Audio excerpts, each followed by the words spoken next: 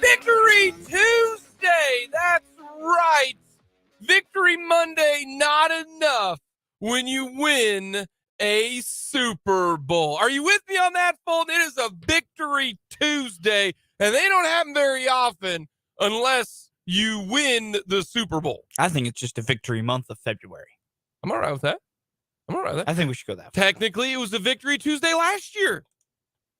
Yeah? You know why?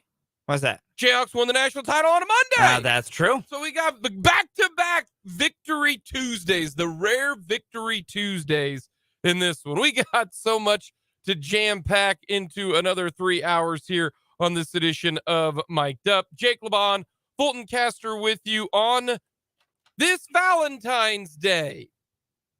Valentine's Day. How about that? Chiefs win a Super Bowl on Sunday. You get a day to recover yesterday. You got Valentine's Day today. There's a parade tomorrow. The Chiefs' colors are red. I mean, it all works out. It does. Seems to work out pretty well. Hopefully you have taken the time to do something special if you've got a significant other. And if not, well, go do something nice for yourself on Valentine's Day. A completely made-up day that has no significance to February 14th. But thank you, greeting card industry. But it's a great way to get some brownie points. It's a great way to get some brownie points. We're going to hear from Derrick. It'll be the last time he is in Phoenix. We'll get to that coming up at the bottom of the hour. Brennan Dorzinski will swing on by for a little crosstalk. We will get to a little bit of Big 12 hoops. Big day in Big 12 hoops. Big night last night in Big 12 hoops.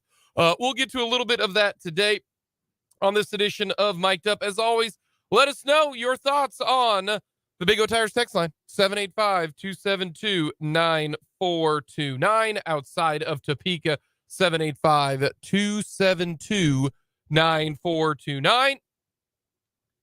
Let us know on our YouTube comments. Very simple, very easy. You go to YouTube. In the search function, type in Sports on 580.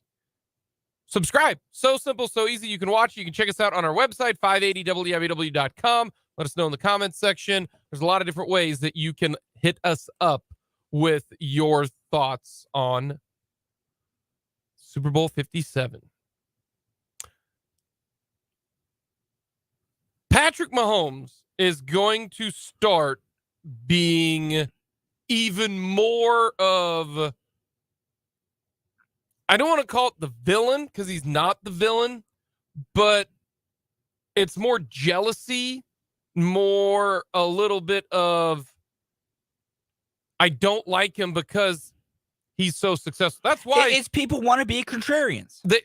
And like, I didn't like Tom Brady because he won so much. You know, that's a level. It really is those two levels. You know? The level to it is just he's winning.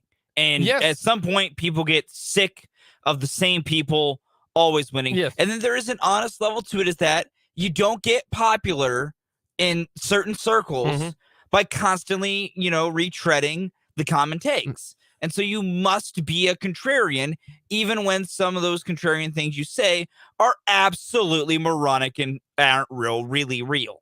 So the one thing that I've been seeing leading into the Super Bowl and during the Super Bowl and especially after the Super Bowl, I don't know if you know this, Fulton, but 2 of the 3 touchdown passes that Patrick Mahomes threw, they were to guys who were so wide open that they could have fallen down and, crawled into the end zone. Yeah.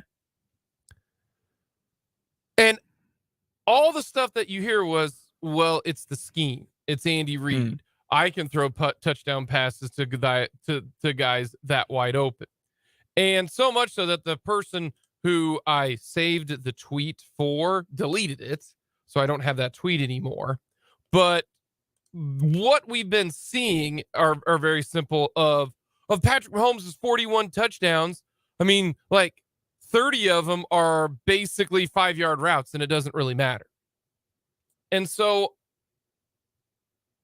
I will say to that, they have been a lot shorter touchdown passes. They have been.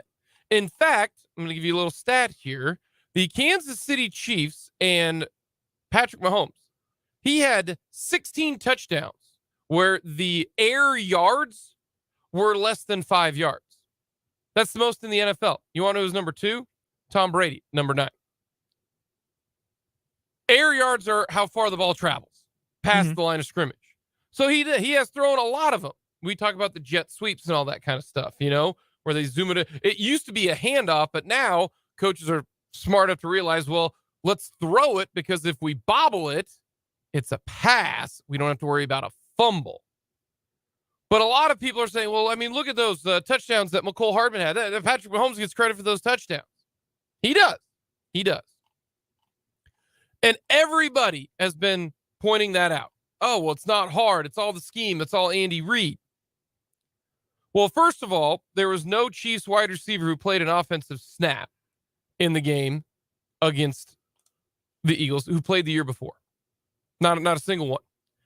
They traded Mr. Tyreek Hill, and I thought, Fulton, everybody was, well, the Chiefs offense isn't going to be as good. They just lost their downfield threat. They just lost their guy. How are they going to do it? Right? That's what I was told. That's the Buffalo Bills fan when I was on my vacation earlier in May, when he told me that the Chiefs offense wasn't going to be very good. Whoever you are, sir, eat it. But I want people to realize there's a reason why Patrick Mahomes right now is throwing the ball shorter. Is because in 2018 and 2019, and for the better part of 2020, he absolutely eviscerated people down the field. Do you think, Fulton, that the Buffalo Bills in back part of 2020 and 2021 just started playing two guys 30 yards back just at random? Do you think that's why they did that? We heard that. Hey, the Bills defense had Micah Hyde and Jordan Poyer 20 yards downfield. They just did that randomly. They're like, yeah, let's just put these guys back here 20 yards. It's because Patrick Mahomes was destroying people throwing the ball down the field. To this tune, in 2018, air yards per pass attempt, 9.1 yards per attempt, air yards. That is chucking it down the field. 2019, 8.8 air yards per pass. That is going down the field, folks. And then all of a sudden, the league adjusts, right? Let's play too deep, cover two. What's he going to do? He can't go over the top. He can't throw it deep all the time. What are they going to do? We're not going to blitz Patrick Mahomes. What's he going to do? Well, then the yards started to drop, 8.4 yards per air attempt. And then in 2021, last year, everybody was playing deep. We got him figured out, folks. Worst year of his career. 38 touchdowns, 13 interceptions.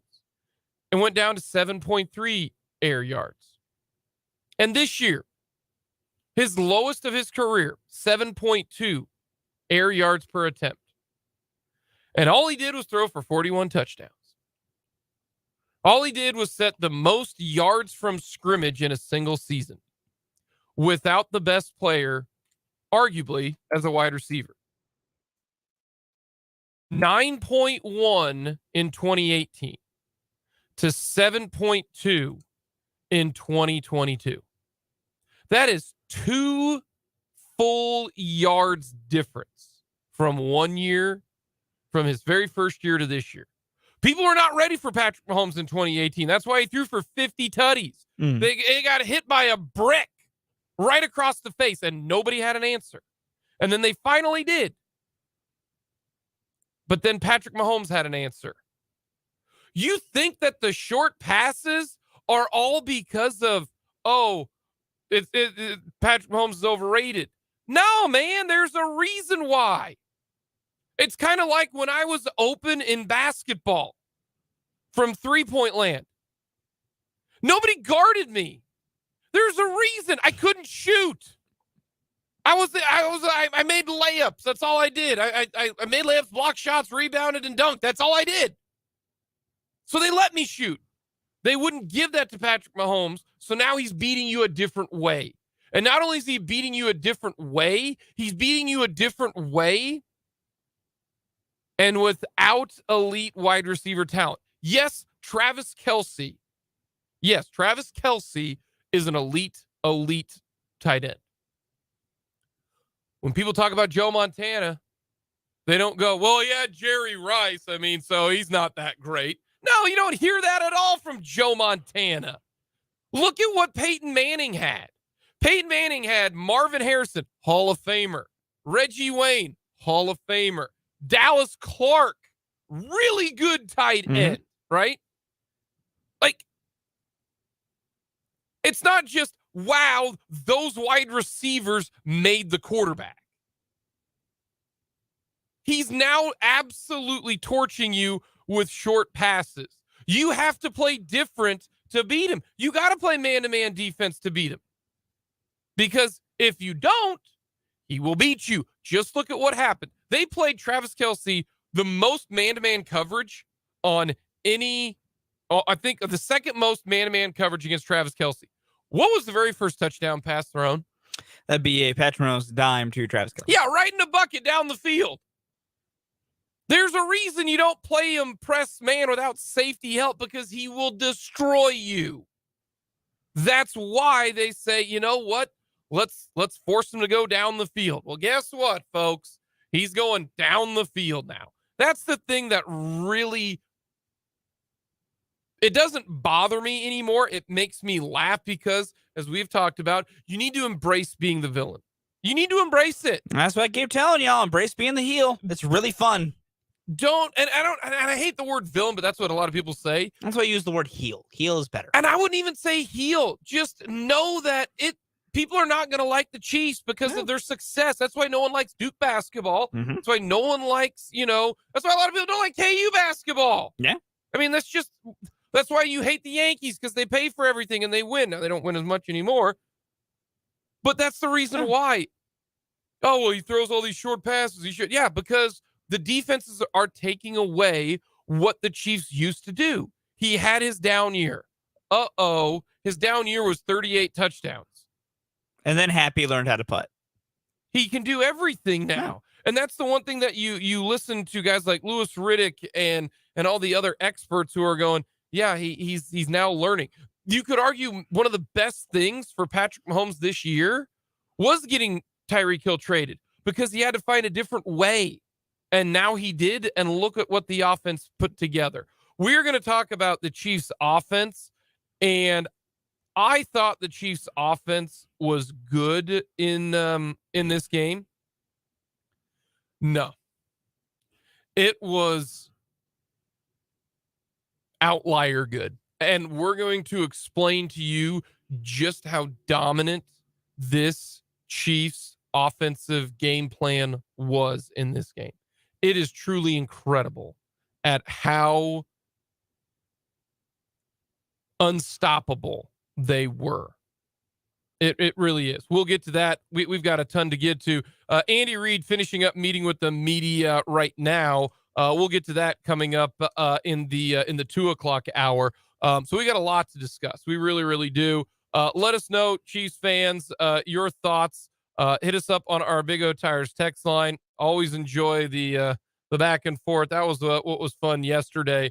When it comes to that, from the Big O Tires text line, does QBR get better as well? It's a great question. I'm gonna guess yes. Let's take a gander. But Pro Football Reference doesn't it's kind of go up and down. So in 2018, it was an 80. Then it went down to 77.7. Then 78.1 went back up. Cratered last year at a 62.2. And then he just casually shot right back up to a 77.6 to lead the league yet again. Yeah. So it's not as much of a ride there, but he led the league how many years in QBR? He's now done it twice. Twice. This year, and then his rookie year in 2018. And that's what's funny about being the QBR stat, because it's not a very well known stat, right? Yeah, it was partly ESPN's and just other places' attempts to create a better metric than quarterback rating. because QBR weights things a bit differently and is a better overall metric. And much like, baseball created, OPS plus to give of an average and an above average, below average. Yeah. QBR, 50 is average, 100 is your max. Okay, just to let you know, 62 was his lowest, right? Yep, 62.2 last year. 62.2 was his lowest. Mm-hmm. All right. Just to let you know, if he had 62.2 this year, his worst year, he threw 38 touchdowns that year, right? 13 interceptions. If he had 62 QBR this year, he would be 5th in the NFL this year. Just behind Jalen Hurts at 66. Think about that. The worst version of Patrick Mahomes is a top 5 quarterback in the NFL. Yeah. Is what he is. But it's the short passes. It's Travis Kelce. It's Tyreek Hill. He's throwing to Kadarius Toney and Sky Moore. I would say at some point, you just got to recognize maybe it's the guy doing the throwing. Like, there's a reason why they played man coverage. There's a reason why nobody does that. It's because for 2.5 years, he destroyed you. He was Thanos. I mean, I think about it this way. This even goes beyond the fact that Mahomes last year faced an absurdly high level of a too high shell, more than any of the quarterbacks ever really seen. Teams don't blitz Patrick Mahomes. A standard core tenet to so many philosophies at times is just, well, blitz him. Yeah. He needs pressure.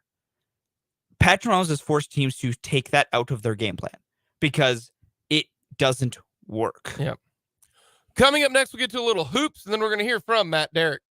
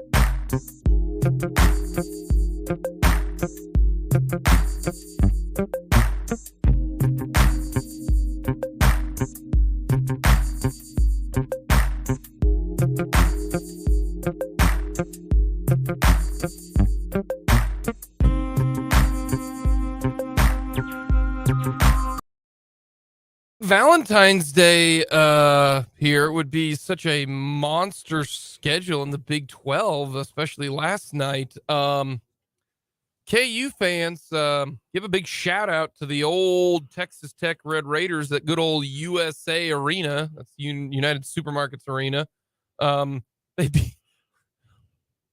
Boy, Texas Mark Tech. Adams got them on a roll. They take down Texas. I will be sending you a gift basket in the future accordingly. If things turn out a good way. The good news is that Texas Tech beat Texas. That's great news. So Fantastic news. That's a big one. We love to see it. KU plays tonight. They play Oklahoma State. At the world's greatest wrestling gym, Gallagher-Iba Arena. And then K-State is at Oklahoma, so it's the Sunflower State versus the Sooner State again. I think they did that at the same time. I think they did that, the first time these two teams each played these teams. So we did that, which weird, but fun. And so KU and K-State both in action tonight. K-State on the U, KU on ESPN. But Texas going down. So how big was that game against Texas? Because if KU lost to Texas, they'd be down 3 games. Instead, they were down just a single game. And you can make that up. 3 games is hard, 1 game not, because you go on the road. Just ask Kansas State. Kansas State couldn't win at USA Arena. Same thing with Texas. It's hard. Now, all of a sudden, Texas Tech is the scariest damn team as they beat Iowa State, K-State, and Texas. Yeah, Texas, this shows you how deep the Big 12 is. Texas Tech sat here and started 0-8 in the conference, and they just ripped off 3 big wins in a row. Yeah. Like, it's absurd. Now, that's the positive thing. The negative thing.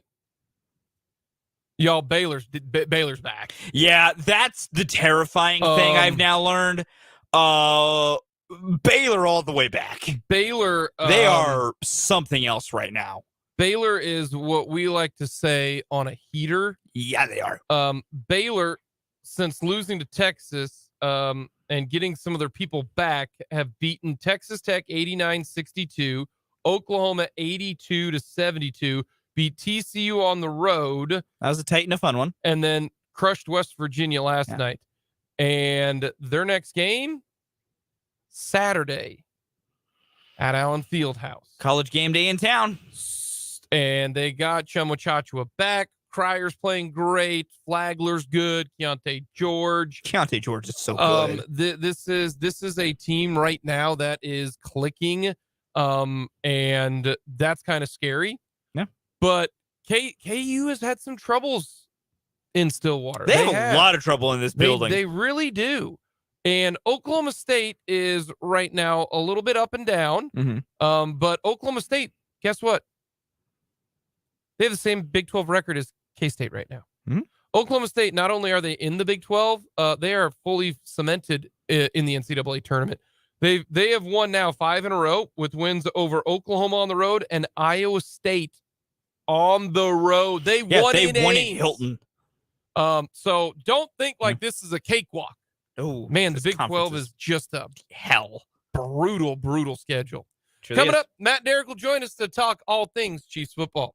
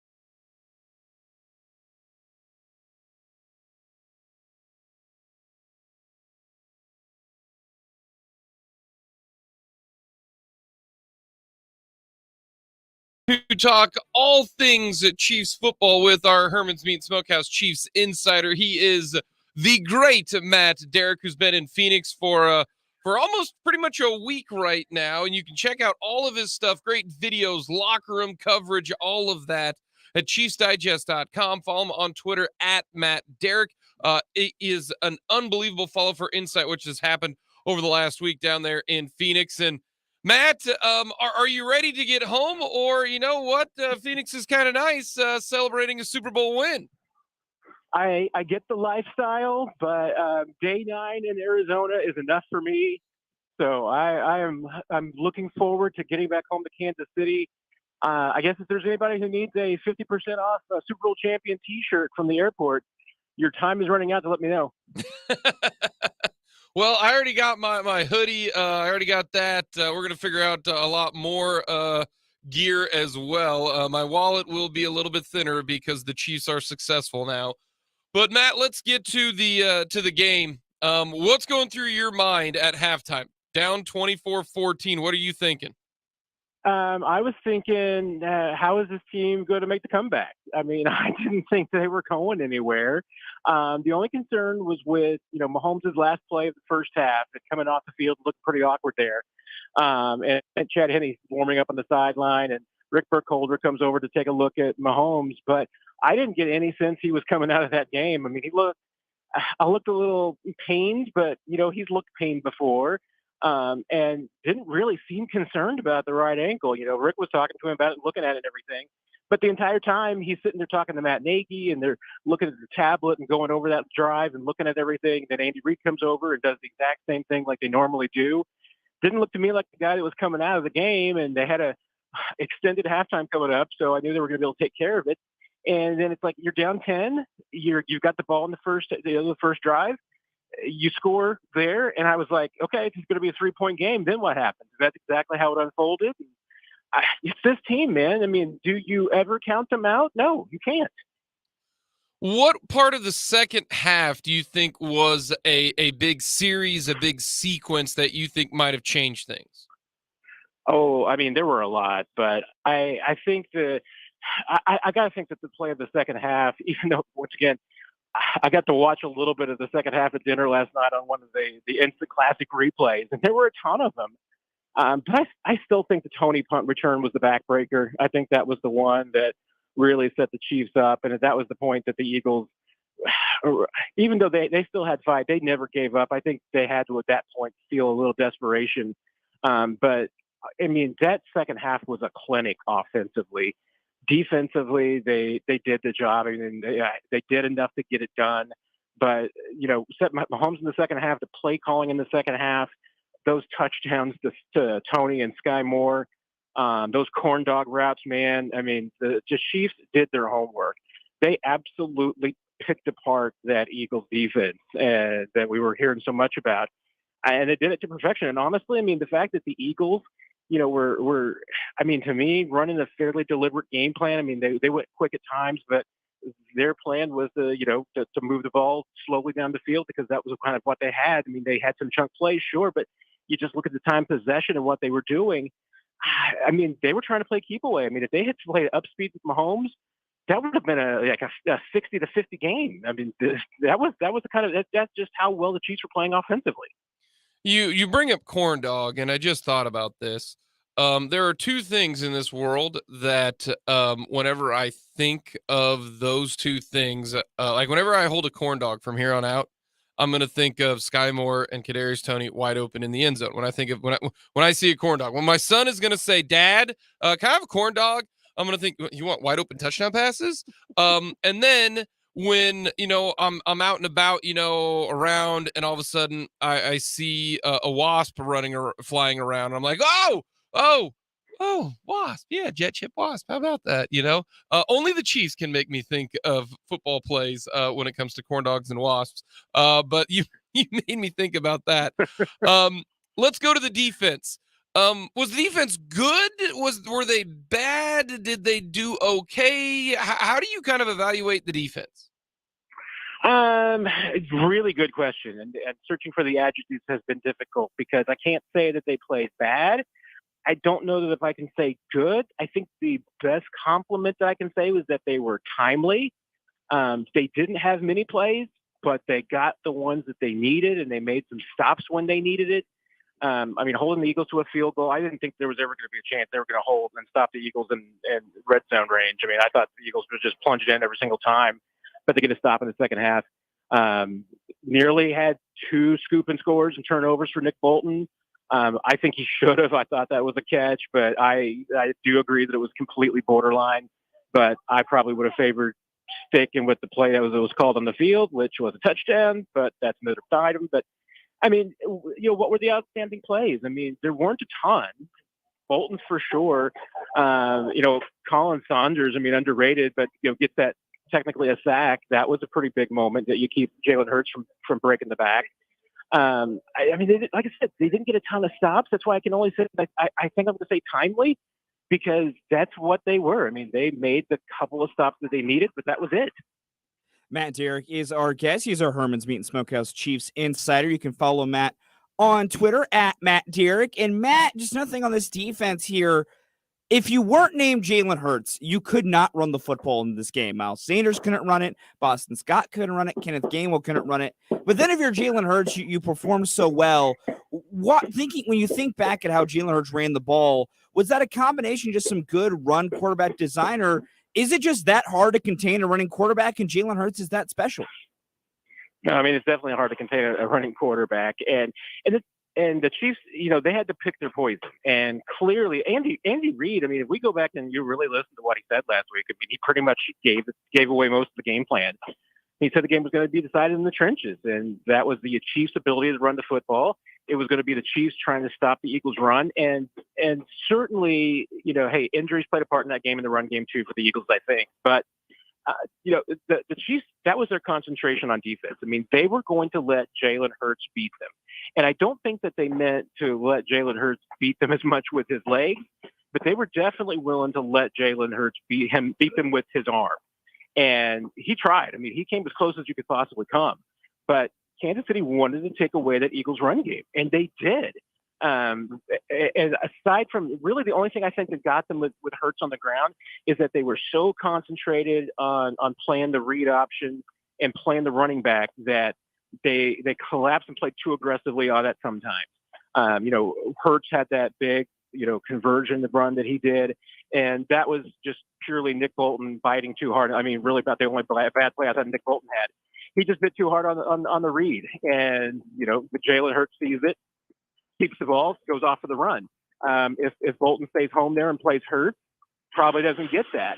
But they wanted to take the running backs away, and if Jalen Hurts beat them either with his legs or his feet, they were going to be fine with that. But they wanted this game to be in the whole ball. They wanted the ball in the hands of the quarterback because they knew that they had the better quarterback. I would really agree with you. I said when we were wrapping things up last week, and if it comes down to 15 versus 1, I'm going to go 15 every time. Speaking of the trenches, Matt, that was something, I mean, not just Jake and myself here, but you with your coverage and everyone with a lot of their coverage around this game discussed that this was where it would be won and lost at who wins at the line of scrimmage. I'm not going to say the Chiefs won convincingly or wholeheartedly, but is it safe to say they might have actually had the better game in the trenches? Because overall, the Eagles couldn't run the ball except off some quarterback runs and quarterback scrambles. And then more importantly, the Eagles pass rush that had 70 sacks this year got 0 in the biggest game. I mean, Andrew Wiley took a 16.5 sack pass rusher in Hassan Reddick and neutralized him for 4 quarters. Is it kind of safe to say, in one of the more surprising spots, the Chiefs' trenches, or at least especially offensive line-wise, won the game and was better? Yeah, and if you probably put it the right way, Fulton, is that I think that if you want to say that the Chiefs didn't beat the Eagles' defensive front, I'll listen to that. But what did they do? They played them to a draw, and that's something that nobody thought. And there was absolutely, I mean, this offensive line, they heard all the talk. They knew. They heard everybody saying that this defensive front was absolutely going to own them. And as Michael Jordan said, they took that personally. They absolutely took that to heart. So that was a big part of it. But and again, on the other side of the football, I think a big kind of key was that the Chiefs played really disciplined on the edges. Where Hurts beat them was when things started to break down, or it was on some of the zone reads where he kept the ball. And like I said, the Chiefs kind of played a little aggressive on those. You didn't see him getting outside the pocket left to right and making a lot of plays. And that's one of the things the Chiefs against Steve Spagnuolo against mobile quarterbacks. He wants to hem them in the pocket. And Hurts definitely beat them stepping up sometimes, but he really didn't beat them that much as far as getting to the outsides because the edges were set pretty well. They hemmed him in the way they wanted to, at least from being able to escape the pocket and make some plays on the edges. And that's how you win games like that. Is it safe to say, Matt, with on the offensive line here, Orlando Brown has been a hot topic all year, both the good and I would think for the most part, the quite very bad and some negative comments towards him. Is it safe to say Orlando Brown might have just secured him a decently sized bag for this offseason with how well he protected Mahomes in the biggest game of the year? Yeah, that's a great point because I've been making the same point about Andrew Wiley too. That guy probably made a lot of money. He's going to be a free agent. There's going to be some teams that are going to look at what he did to Reddick and say, we may need to sign up for some of that. This is going to make it, I think, a little bit more complicated for the Chiefs in the offseason. I think we're still headed for another Orlando Brown showdown as far as the franchise tag in the future. But if you're the Chiefs, does this make it a little harder to side with some options as far as just force him to play under the tag for one more year? Or even if you wanted to consider trading him, can you let him go at this point? I think it does complicate things. Absolutely. It's going to make you think harder. It might make there might be some more interest. The Chiefs want to move him. Maybe there's a team that would be now willing to match Brown's price and pay the Chiefs for that too. So yeah, I think and if you're a free agent or a potential free agent for that game the other night, yeah, that was a good night for you.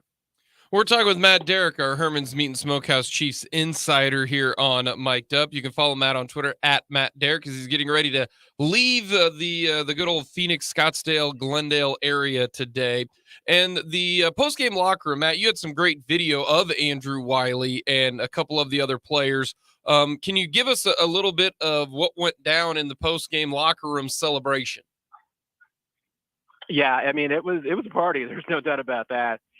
We got in, it was probably about half an hour after the game into the locker room. They had started to bring players to the podium because they have those, like 10 of those set up in a separate room in the building. And then even the Chiefs and the quarterback and the coach are in a different room. So it wasn't until quite a while that we got in. And by that time, the players had kind of come off the field after the celebration and were kind of winding down a little bit. Joe Thuney, just classic Joe Thuney, was just sitting at his locker on his phone the entire time, quiet as a mouse. He was excited when people came over. I know there's a video of him hugging Mahomes and everything, but he was just classic Joe Thuney. That's just nothing, never too high or too low with that guy. But it was a lot of emotions. There were a lot of hugs, a lot of smiles. That moment between Mahomes and Wiley was a really cool moment. You can really see on Wiley's face there, what it means when your quarterback comes over and gives you the big hug and congratulates you. That's meaningful. And Mahomes really takes care of his teammates. We got kicked out when things started to get really wild, when the champagne started flowing. I didn't get a lot of champagne on me. There was some. So survived the most part of that. But the Chiefs wisely kicked us out before it was too crazy. It's an incredible achievement for the Kansas City Chiefs for kind of what they're doing. Do some of the players kind of sit back and realize what number 2 means? And I thought Travis Kelce did a great job with that. He got real emotional about that, and maybe because of a lot of other variables and factors. But that second Super Bowl means a lot. Did any of them say anything about that? Oh, absolutely. There was a lot. There was different takes. It meant different things to different people. And there's some guys. Like an Andrew Wiley, he's got 2 rings now. Nick Allegretti's got 2 rings. Austin Ryder's on the practice squad this year, but that's the second ring for him. And those guys on the offensive line, especially the guys that were around for 55, there was a lot of relief because they, and we know some of them have expressed it verbally, but there was a lot more coming out after the game about how much that loss to Tampa really stuck with these guys. And especially the offensive line guys who, felt like that they let the team down. I don't think they did. I think it was the injuries that hurt them. But they know what happened in that game, and they felt like that the offensive line lost that game. last night was their redemption. That was a big deal for them. Two meant a lot to everybody, and I think you could see. I mean, there was as much joy that there was on faces. I'll admit, I saw some relief, especially for the veterans, for the rookies, and for the guys who were this first ring. Pure joy, pure elation. But I think for the guys that have been around for a while, especially the ones that have been for all 3 runs, and they know truly how tough it is. You saw that little mix. I mean, there was joy, but there was also this just, hey, we kicked the demon from that 55 that was still in a lot of guys' minds. All righty, Matt, give me an individual MVP on each side of the ball, not named Patrick Mahomes on the offense. Who are you going to give it to on the offensive side, and then who on the defense? Yeah, and I don't know if you can hear the noise in the background. This is the most depressing moment of the Super Bowl. I found what I thought was a very quiet moment in a otherwise bustling Phoenix airport, and it was right next to the Super Bowl 57 logo with all the balloons.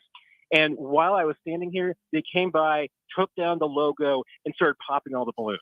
And if that just doesn't depress you. But I mean, I think I would, if Nick Bolton got the second touchdown, he absolutely gets my vote. He probably should get it anyway. But I'm going to give it to Kadarius Toney for those 2 plays.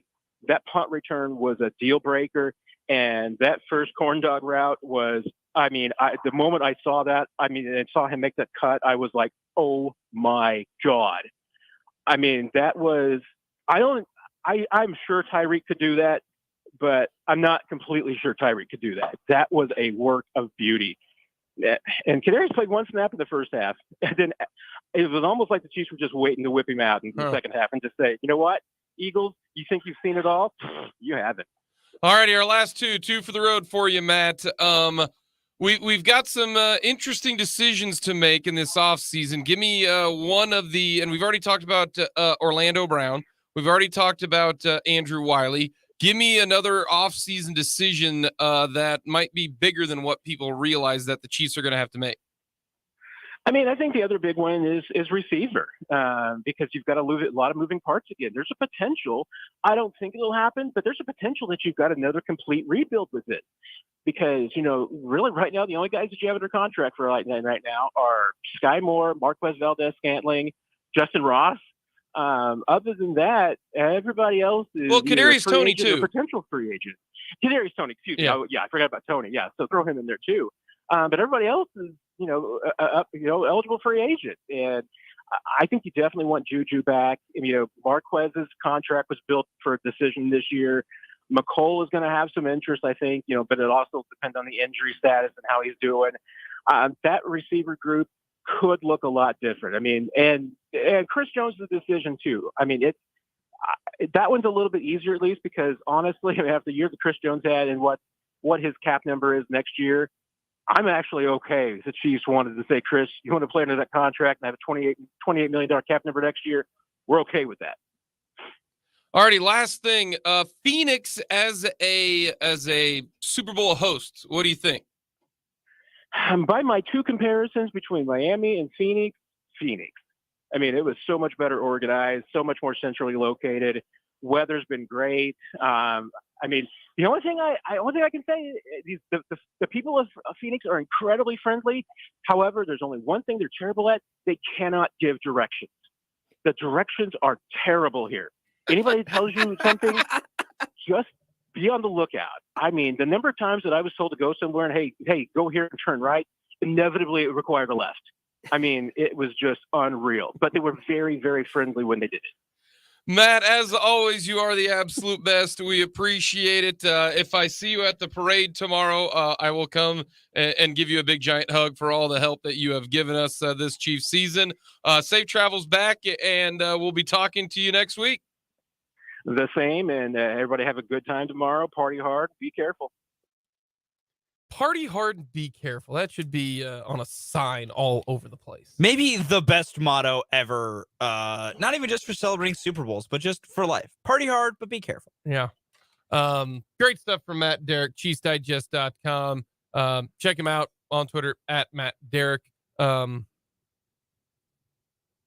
with Tony. Big play the second half. That's incredible. 20 tons, man. What did the Chiefs give up for that again? A fourth A round pick? 6th round pick and a conditional 3rd. So the 3rd round pick that they got from the Ryan Poles hire of Chicago is the 3rd that went to So they traded Kadarius Toney for a 3rd round pick. Yes. And then however much weight you want to put to a 6th. Yeah. Which, I mean, some people more or less, but it was a 3rd and a 6th, and it was a 3rd that was extra from a different hire. So it was actually the lower of their 3rds. Yeah. And they'll get Toney this year. Mm-hmm. And so this was the 2nd year. They'll have him next year on his 3rd, the year after on his 4th. And if they want to do the 5th year option, they at max on this current contract have him for 3 more years. And all it cost you was a back end 3rd, which is basically a high 4th and a 6th. That's all it cost you. The Giants just didn't work out. Couldn't make it work. Travis Kelce's just, how did they let him out of the building? I had the same question. Now we get it. You can have all the conversations you want about potential off the field stuff, fit in with the culture and the environment, all that. You look at Kadarius Toney's skill set, and how does a regime, no matter how new it is, how do you not try your hardest to make that work? I mean, Giants, do what you want to do. Brian Daboll's already off to a good start over there, but and for a team that is starved for receivers, they kind of let a really good one just waltz on out the door. The Chiefs already. But I'm thankful. They already won the trade. I'm so very thankful. They already because won I the do trade. love Kadarius Toney. Yeah, no question. We'll hear from Andy Reid coming up in the 2:00 hour. He spoke to the media today. We got lots more to get to here on this Victory Tuesday. Hit us up on our Big O Tires text line, 785-272-9429. We're going to talk about efficiency because that's what we care about the most. How efficient can you get it done? Man, the Chiefs were incredible.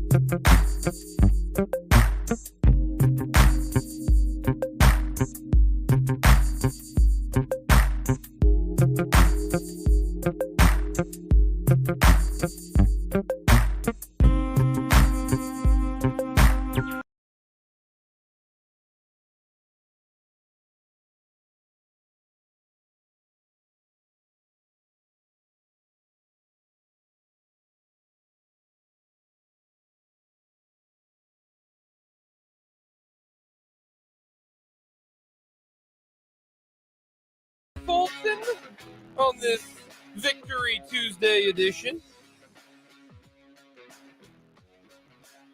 Hour number 2, thank you so much for joining us. We've got plenty to get to this 1 o'clock hour here on this Tuesday. Tomorrow, the parade starts at noon. The rally will start at 1:45. I'm guessing it's not going to start at 1:45. I'm guessing it's going to start around 2. Probably.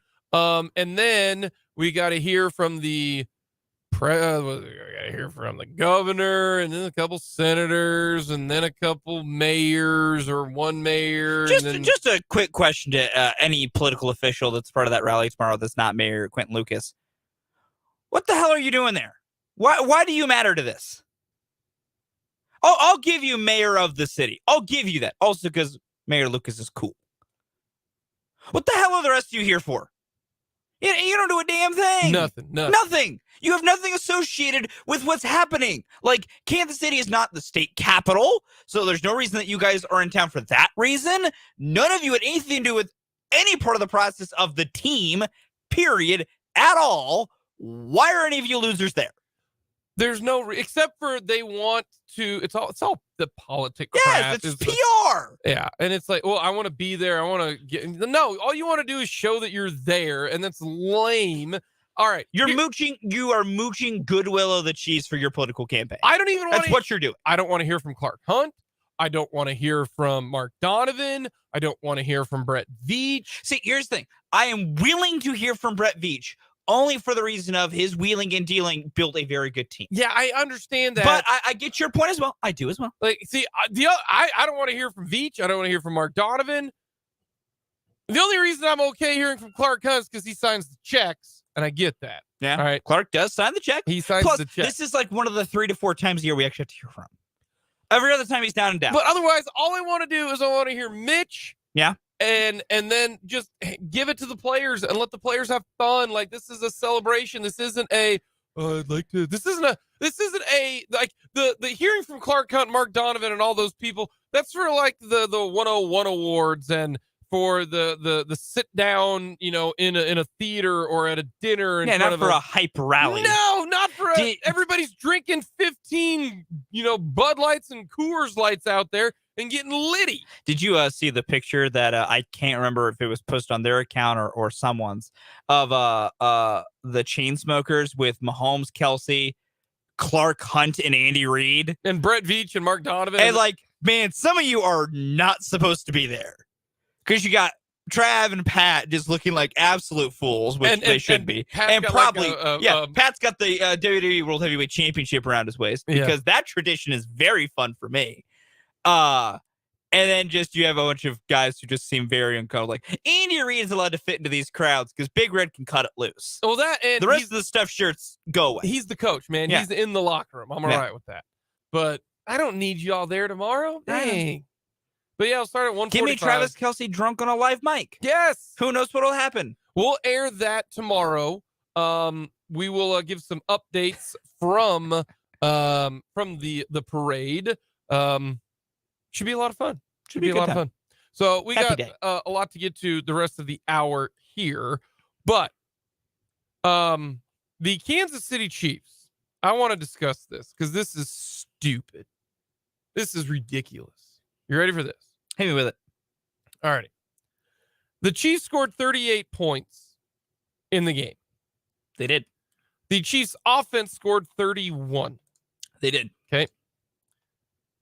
Chiefs had 8 drives. They scored 31 points on 8 drives. That is 3.8 points per drive. Folks, that means every time that the Chiefs touched the football in that game, they were scoring.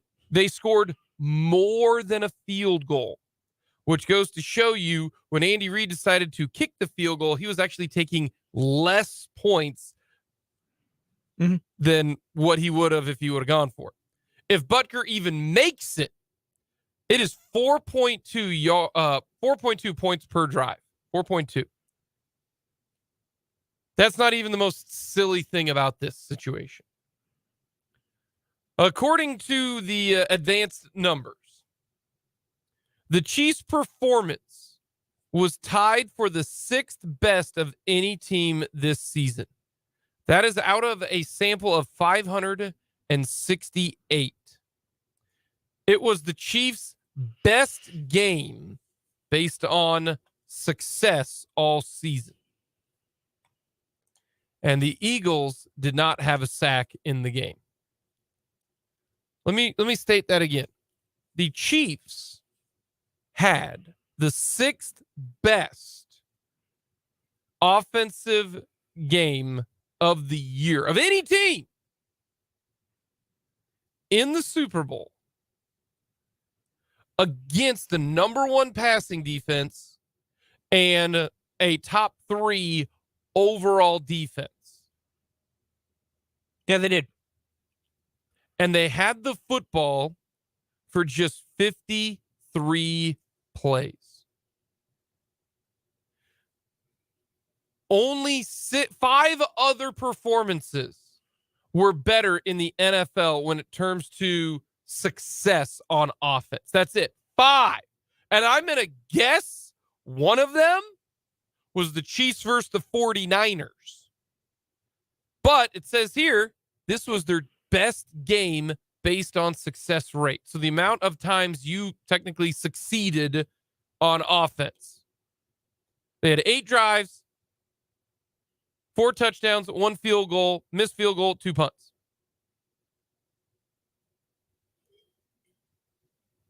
The 6th best against the Eagles in the Super Bowl. But that's not even the best. That's not even the most insane situation for the Chiefs. And just how much of a clown suit they put on Jonathan Gannon. Spencer Hall tweeted this out. And it blew my mind, just like he said. Here he goes. This is going to bend my brain for a while. The Chiefs had 21 first downs on 53 plays. And you're like, wow. That's pretty wild. Are you ready for this? 49% of the Chiefs' plays ended in a first down or a touchdown. That's absurd. I'm going to say that one more time. Basically, every time that the Chiefs snapped the ball, The next play was a first down or a touchdown for 53 straight plays. They run a play. The very next time they snapped it, it's a first down or it is a touchdown. Half the time, they said, set, hut, move the sticks, or put 6 on the board. Touchdown. 49% of their plays ended in a first down or a touchdown. Against the Eagles in the Super Bowl. Like, this is one of the greatest offensive performances when it comes to who you were playing, the situation, and also down 10. I think that's kind of crazy. It really, really is. And what's funny is if you look at more numbers breaking down the game, the Chiefs had a 98% chance of winning that game over the entire game. That just shows you how dominant their offense was and how underrated their defensive effort was. And that is also a credit to the Eagles, because the Eagles had to be that good in order to have a chance in this game. And so I looked at this and I thought, okay, well, what's the Eagles yards per or points per drive? The Eagles points per drive, they had 35 points on 10 drives. Now, in most situations, I don't count the end of the first half drive if it's like one play and Hail Mary or something. I don't normally count that because that's at the end of the first half. You have to count the one play that they had at the end of the game because that is a drive. But the Chiefs offense was so efficient that they did not let the Eagles even potentially have a drive because they were so smart with the football. That was a 5-minute drive. Remember when we talked about at the beginning of this year, Fulton? We said, can the Chiefs offense grind out a win when they are up so we don't have the defense there to either one, make a stop, to either two, have to hold on to win. We talked about that a lot. Of the Chiefs up by 2 scores, defense gives up an easy touchdown. Now you got to at least field an onside kick, and you never know what's going to happen. More often than not, 90% of the time, you're not. But onside kicks happen. Yeah, we talked about that. Can this offensive line? This is what we talked about this in July. Yeah, can this offensive line grind it out? Yes, can this team salt away wins? And we got an idea that they could start doing that again in the first game against Denver way back when the Chiefs needed about a 5-minute drive to close things out, and Isaiah Pacheco became a closer. They did it again. And it showed that the Chiefs actually found a bit of an ability to just close games out, because that was always a really difficult spot for them because they were never really built well to do grinded out running. So then they had to pass, which in and of itself is not always the best thing, to try and grind something out. And then also Andy Reid's play calling in those situations would not be ideal. And yet I think that is a part of this game that was maybe kind of went under the radar, is the Chiefs found a way to just salt the drive away.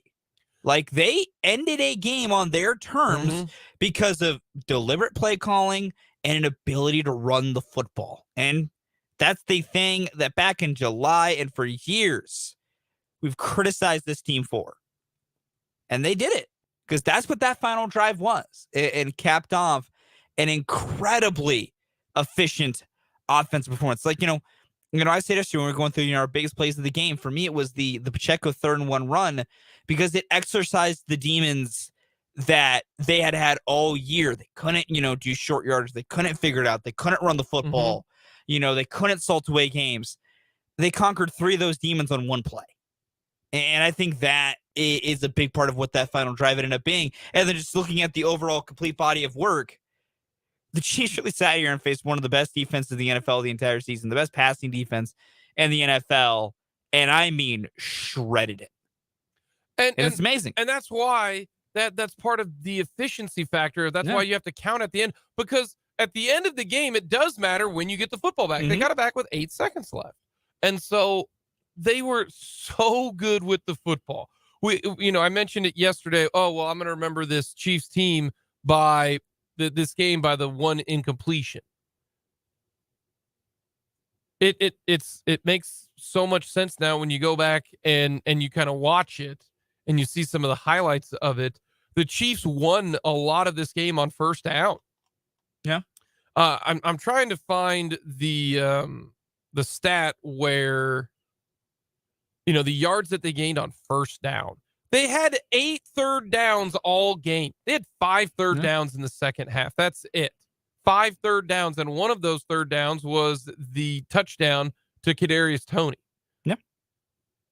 And so the efficiency factor of this, every other play was a first down or a touchdown.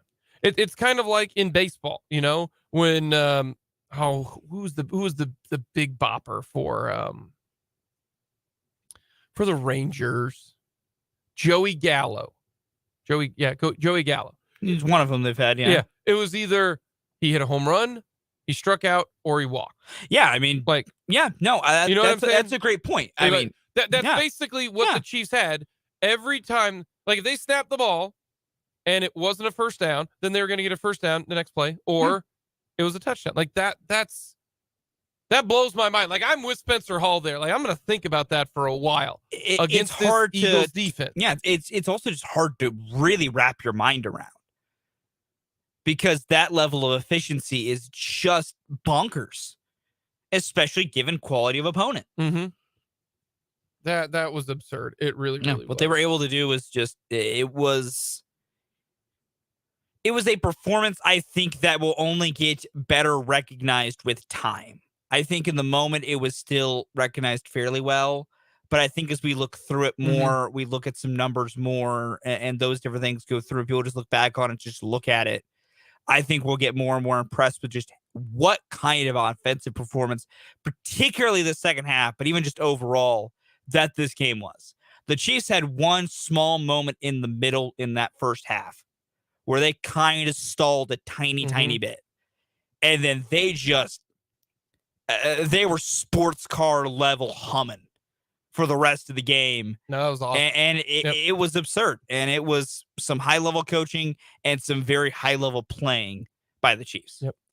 Coming up next, everyone loves the list. Super Bowl commercials. We'll get to those coming up next.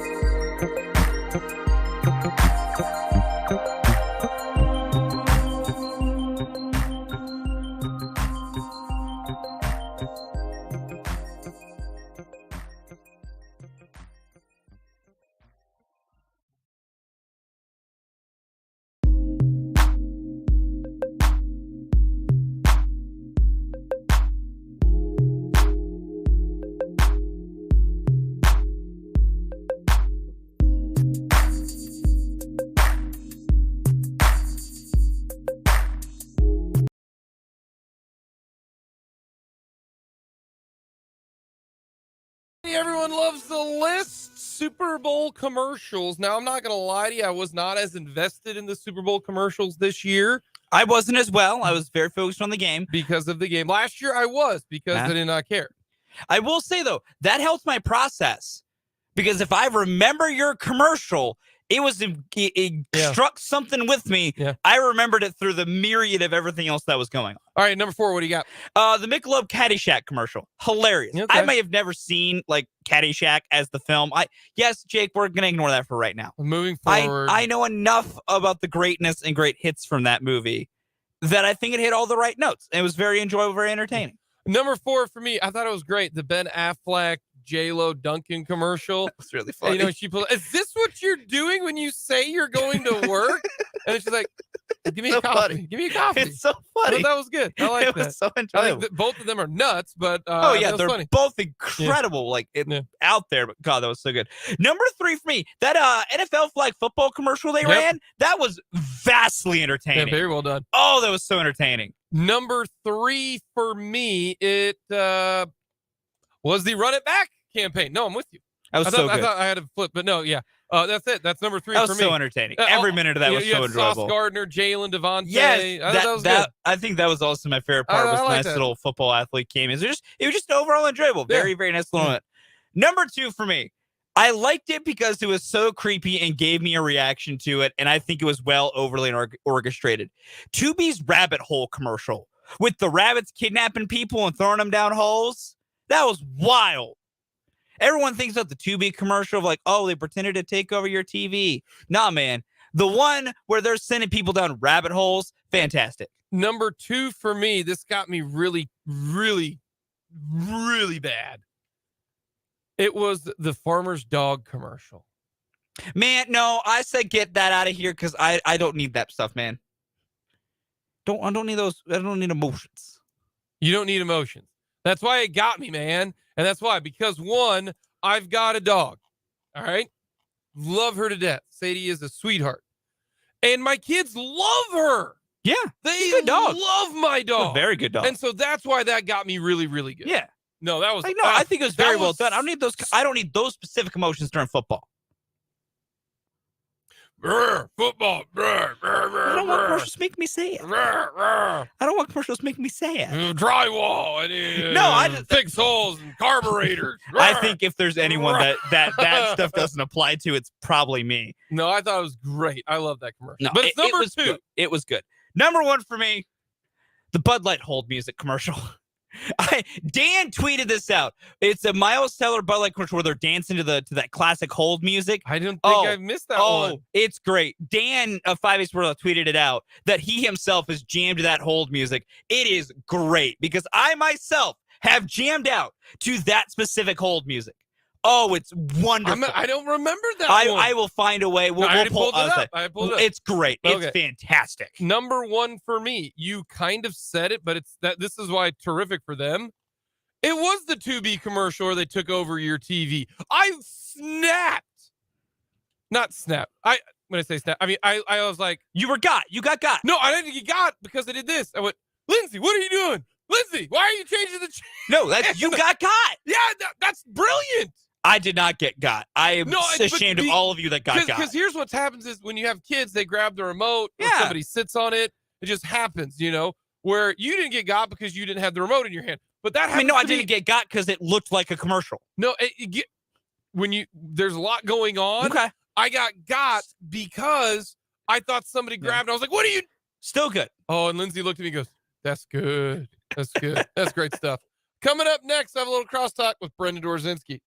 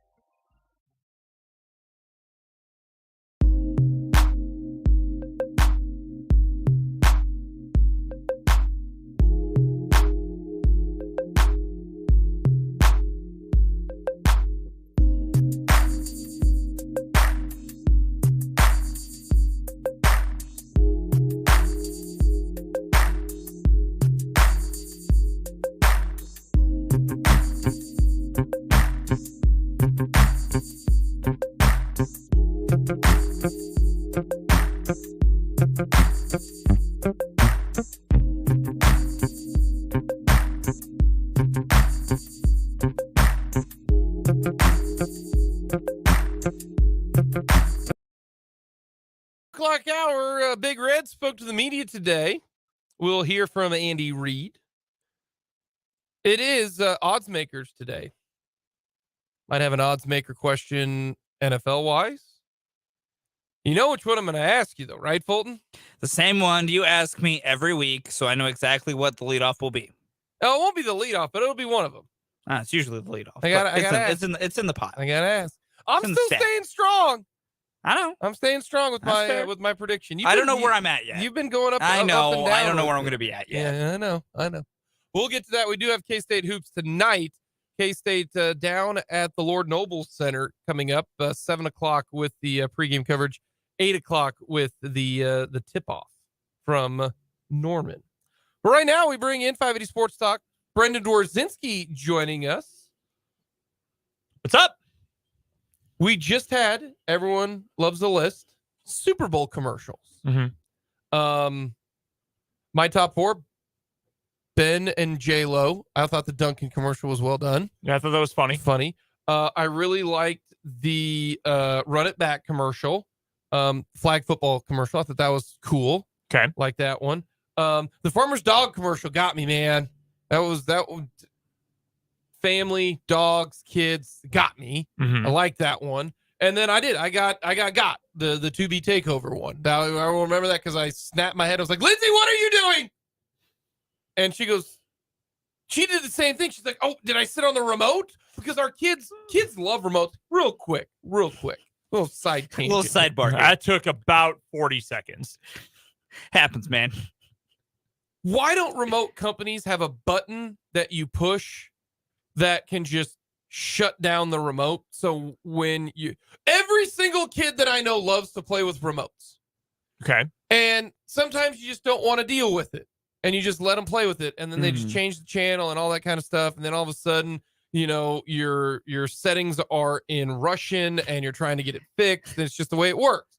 Why can't you push like a two combo, you know, like a doot, and it just shuts off the commercial and no 2-year-old knows how to turn it back on so they can just play with the commercial? Like, how have we not done this? So Because not a single person who works in customer service in America wants to deal with 90% of the country's septuagenarians calling them every day. I was about to say, That's a horrible idea. I was going to try and put it more politely than Brendan there. But yeah, there's a certain sect of our population, a bit elder in age, who would accidentally do that and they would never be able to unfix What it. you would do is you could program it to do that. It wouldn't be on everyone. It would be like, hey, if you want it to be a programmable feature like a parental lock. Yes, it's no, so simple. That is a disaster. I'm with idea. Brendan. I'm with Brendan. Every year for the NCAA tournament, every single year, the biggest joke about the broadcast is, oh, make sure you call your parents and tell them where to find True TV. I'm not saying all old people. A lot of old people, some not so old people, have no idea how technology works. I'm talking about None. You have to go. Amen, brother. You have to go into the TV, go to your settings, go to a page where it says kids playing with the remote. I got you, man. You click on that. And then it says here, this is what you need to do. So you literally, like, unless you search for it, you can't find it. But most people will not be able to find it once they set it, is my point. Well, then that's on them. Yes, that's why this is a terrible No, idea. be smart. Be smart. No, listen, you keep an old remote. Yeah. We had 3 remotes from old TVs and VCRs when I was a kid. They know. They know. They know. I'm telling you, kids. Put it on a shelf. But then I can't get to it. You are 6'4", 6'5". No, this When I'm laying on the couch. Put it on a shelf to me means you walked over and put it on a shelf. Put it in your pocket. No, because then your kids try to dig into your pocket. Like, well, then don't have kids. I don't know what to tell you, man. Like, that's a terrible idea. That's my Brendan gets to the root of the problem. That is my point. We just need something on the remote that only parents of kids ages 0 to basically like 3. Jake, I have another idea for you. This might be even simpler. Does your remote have batteries? Yes. Take the batteries out, put the batteries in your pocket, hand the remote back to your kid. But then I can't use the remote. Jake, but if he's playing with it, you can't use it anyway. Thank you. But what And happens it takes you maybe 20 seconds to pop those back in when you need to use it. Okay. You guys don't have kids. What happens is you're playing with it, and then he's like, hey, can I play with it? And then you set it down, and then it's just... No, they say, it's a can I play lot. with you? Say, give me one moment. You pop the batteries out and say, see, there you that's go. a lot. Okay, well, at that point, that's on you. That's you. This is a you problem. Brendan Anyway. and I are united on this. Shocker, the guys who don't have kids. Shocker, the 2 youngest members of the I 5A understand Sports how Talk kids crew. work. Like, I get the natural built-in curiosity of it. Oh, I just feel like there's a better option awful. than, like, every technologically disadvantaged person on Earth immediately locking themselves out of their TV. And this is where we True. differ, and that is fine. To my answer is be smarter. So there we go. Well, yeah, but then you have to talk about, like, the cultural divide and how you learn about technology and digital natives versus late adopters. That sounds and- like a you problem then. it's No, actually it's very literally systemic not a problem me beyond problem you. because I did grow up with technology. Yeah. Literally not a me problem. It's only a me problem because my dad doesn't know how technology works. Exactly. Then it is very much a From me the Big problem. O Tires text line, Jake, you need to get better control of your kids. Hey, I mean, I'm not saying it, but I'm also not every saying it. parent that, I'm not going to cross that line. No, I'm not here's going the- there. Every parent that I know is going, yeah, I get that, but no, yeah, it happens sometimes. Or you set the remote down and they just it's gone, and you're just They just abscond with it. yeah, it happens. I'm telling you, they're quicker than you realize. But did you have a favorite commercial? The Tubi one got me, man. That was awesome. The Ben Affleck one was funny. I thought the Pepsi Zero Sugar ones were pretty funny. Or Ben Stiller was pouring Pepsi on his head. It was Zoolander. I didn't see that one. They were in the first 2 quarters of the game. It was That's probably why. they were like, I'm an actor. I act. Look at all these things I'm acting. And then he goes, this Pepsi's great. Or am I still acting? You have to try it for yourself. I thought that was pretty funny. Yeah, the dog food one was good. What was it? Farmer's dog food. That was all right. That was fine. It was good. It was kind of a forgettable year of ads, honestly. Like, See, I only saw a couple of them because I was not of sound mind, especially in the first half during commercial breaks. So yeah, like last year, I remember the commercials better because I watched them. I didn't care about the game. Oh, Yeah, great, yeah. you know, sweet Joe Burrow throws it, awesome. You know, that's how it was last year. This year, a lot different. Way more anxiety. Less Yeah, hate. I can understand Less that. hate. Less hate. yeah, I can certainly understand that part of it. Imagine hating Joe Burrow. Sad way to live. Yeah, you can. Yeah. Chris Jones. Yeah. I you think can. Chris Jones might need a professional. Like, they're after the Super Bowl. They just won against a different team, and he's talking to Diana Rossini of ESPN about Joe Burrow. Wait, what? I didn't see that one. Yeah, his interview with Diana Rossini. He was like, last year was all about Joe Burrow. It's like, dude, you beat them.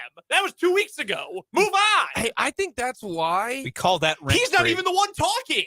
I think and Travis Kelce said, no one thought we could do this. Well, I was gonna say he was couple- like partially right. Like, but Like he's half correct.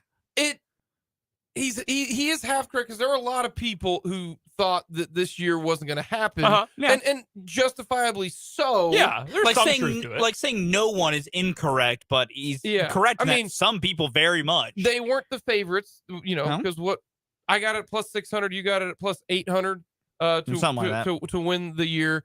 But it also just goes to show you that everybody's got a little bit of Jordan in them.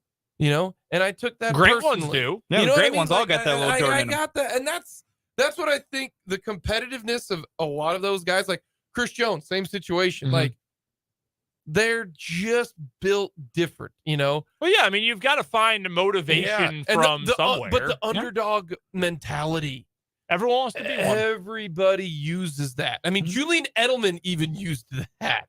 The Georgia Bulldogs did that this year. Yeah. Like, If there was ever a Stetson team Bennett- that didn't have the right to use that, it was everyone Georgia. thought you were going to go 11-1 with your only loss to Alabama, and you'd still make the playoff. Like, that's not Calm down, counting you out, pal. That's just not. What was your underrated play of the game? Underrated play of the game. That's a great question. I would say, well, I said yesterday on 580 Sports Talk that the biggest moment of the game was actually nothing it wasn't when the Chiefs offense was on the field. It was the Eagles going 17 plays, nearly 8 minutes, and kicking a field goal. That was the biggest moment of the game. And I think you could almost argue that's more underrated, because a lot of the talk is about, Kadarius Toney's big plays in the fourth quarter, the great job by Andy Reid designing all the plays. I think for me, you want an underrated play, the first completion of the third quarter for Patrick Mahomes. Falling down, just flips it out. Travis Kelce scoops it up off the turf. Shoestring, yep. I think that was a very important mental play for the Chiefs. You talk about it in basketball, you just need to see the ball go in the basket, and then you start making shots after that. I think that's kind of what that play was for Kansas City, because Mahomes gets hurt at the end of the first half. You come out, you run the ball 3 straight times. I told Abby, oh my God, this is bad. Like, if they had the Chiefs, Andy Reid ran the ball 3 straight times in a competitive game. Oh no. Not good. But then I just think they needed to see something happen. I think Mahomes needed to see something happen. I think the rest of the offense needed to see that. So while in the grand scheme of things, it wasn't a crazy play, it wasn't a huge play, that's the one to me that, you look at it and say, wow, that was an impressive effort. But I think they just needed to see something happen to continue building on that momentum. Because you can look at a lot of different plays that I think have gotten the attention. Vance on YouTube just mentions Mahomes' run in the fourth quarter. Obviously, that was huge. The various touchdowns, a couple of plays late in the game. Honestly, if the game had gone differently, probably would have pointed to the Chiefs going for the extra point instead of the 2-point conversion late in the game. But turned out to be the right call. I think the fact that they finally were able to, well, not finally, but I think the fact that they were able to see full-on effort from the quarterback on a bad ankle just to get the ball out, full-on effort from Travis Kelce to make the play happen. I would say in terms of underrated plays, that one stands out. So do we all think that the Eagles defense not seeing somebody like the Chiefs really showed that the offense, because the best offense that they faced was the Cowboys? Because I don't count the 49ers, because they only played the 49ers with Brock Purdy for 5 plays. So I don't count them playing the 49ers. Yeah. Does that narrative, or does that storyline that, we joked about it, they ain't played nobody, Paul, you know what I mean? And they finally did, and they got, because we also looked this up, what was the best offensive line that the Eagles front faced? And the answer was the Cowboys. Yeah. And they weren't according to we got it midway. It was midway through the season. Yeah, the you had found some midway through the year. The Cowboys were ranked rankings. like 10th, and so they hadn't faced an elite offensive line, and a Chiefs offense that had really found its way. And I've admitted Orlando Brown making me eat some crow, and I'm so glad that it's the case. But an offensive line like the Chiefs, who is above average, who's pretty good and motivated, we know how great that offensive line can be. So I wonder if you know what? That defense hadn't seen anything. It's like a 6A school playing a whole bunch of bad teams, and then all of a sudden they get to the state championship game, and they run into an absolute buzzsaw. You know what I'm talking about? I will say no. I think it is more about the Chiefs than the level of competition. Okay. Also, just a real quick aside, for what it's worth, Pro Football Focus in their final offensive line rankings of the year, they actually have the Packers third, so that would be the toughest one that they faced. But what did the Packers do? Packers put up 30 on them. Yeah, 33 points. Yeah, that's Yeah. And they have the Chiefs number 4. That's after the end of the regular season, and the Cowboys 12th. And the Cowboys 12th hung 40 on them. I think it is more about the Chiefs and the Chiefs quarterback and the Chiefs play caller / head coach than it is just level of competition in general. I don't know that the Bengals do that to them. I think the Bengals were the second best team in the AFC, especially after about week 5, I think it was their turning point of the season. I think that was the second best team in the AFC. The Bengals might have still won the Super Bowl if that had been the head-to-head matchup, but I don't think you see the kind of offensive clinic that we saw in the second half. The Eagles are too passive, and I've actually seen a lot there. Defensive coordinator Jonathan Gannon, he's out. He got hired by the Cardinals as their new head coach. Not a great resume builder. I saw Benjamin Solik of The Ringer, NFL writer, who said... He does a nice job. Yeah, he does a great job. Yeah. Really like his work. He put on Twitter today, the Eagles lost both of their coordinators from a team that made it to the Super Bowl, which is a huge blow for their offense. Get it?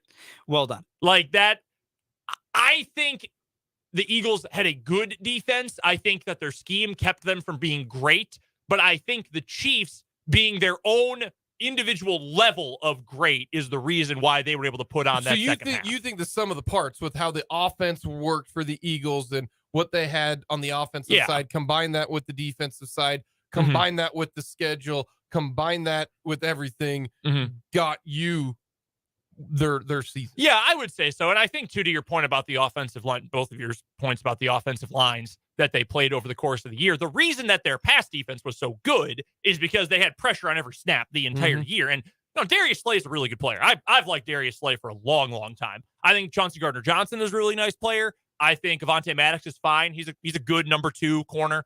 They've got talent in that secondary, but when you play off and play back because you can go downhill and attack on the ball when Josh Johnson is under pressure constantly, that's going to make you look a whole lot better than when those guys are left on an island. That's why, we talked about it, the number 1 pass defense, the last number 1 pass defense to face the number 1 pass offense was the Seahawks against the Patriots. No, the Broncos. It was that 43-8 Seahawks. That was Broncos Richard game. Sherman, Cam Chancellor, Earl Thomas, and Byron Maxwell. That's 2 lock Hall of Famers and a borderline one. Yeah.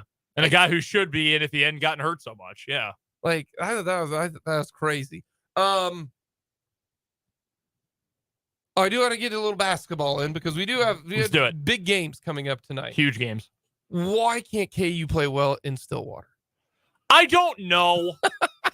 I had someone tweet at me yesterday that KU loses 99.9% of games in Stillwater, which is factually inaccurate. What is the number? I believe I counted it up this morning. It's like 6 of 11 or something. It's ridiculous. Self's 8 and 9 in Stillwater. He's got a losing record in Stillwater. I believe if I counted. I think you are correct. First of all, before you pump the brakes, that's on the road in Big 12 play to actually be.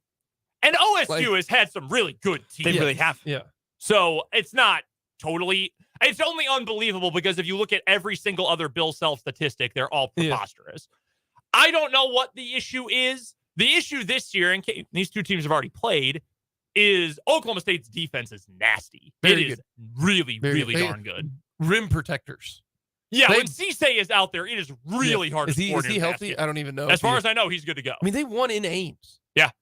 So that's a big one. So it's not a lock there. Do we know what the line is there? KU minus 1.5. Minus 1.5. Minus 1.5.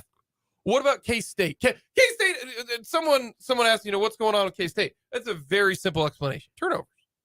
Yeah, they don't value the ball. You got turnovers. Well, and against Turnovers. Texas Tech as well. And credit to Tech because they're playing phenomenally. Best basketball they've played all year. Well, they're the best team in the nation right now, apparently. Over the last 3 days. Yeah. If they don't get at least okay nights from the 2-star players, they're probably not going to do a whole lot. I like Desi Sills. Desi Sills, he's not a number one. He's not a number one option.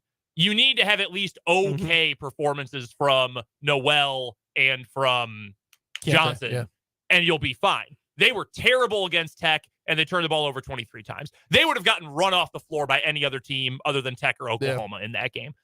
You have to take care of the ball. I mean, that's what it comes down to. The problem with that, because it sounds so simple, the problem is every single loss they have this year, that is the problem. They average nearly 18 turnovers a game in games they've lost this season versus 13 a game in the games they've won. Also, real quick, sneaky favorite here. Baylor is back, folks, and they are playing very well. I've been saying all Big 12 season, I don't care what the record is, that team is scary, and they right now are a top 5 team in the country. Yeah, they're really good. They're phenomenal. They're absurd. So, what do you got? Sunflower State versus the Sooner State. I will take KU and K-State to both win tonight. Ooh. I've got KU 72-70. I think it'll be a very close game, 2-point game, just like it was at Allen Fieldhouse. And I'm going to go K-State 75-65. OU sucks. They don't have dudes. They just don't have dudes. Folks, you heard it right here. Brendan Dorzinski said, parlay those puppies together. One wins, they both win, and you walk away happy. I did not say that. That's what I got from that. What did you get from that, slanderous. I think you got that. That's as well. not what I That got is because slanderous. Brendan doesn't like parlays. No, I hate parlays. Not a parlay guy. I know Brendan better than you do. Yeah, Would not a ever say parlay something like guy. that. Brendan, we appreciate it, man. Talk to you guys at 3. Coming up, we will get to our coming up, we're going to hear from head coach Andy Reid.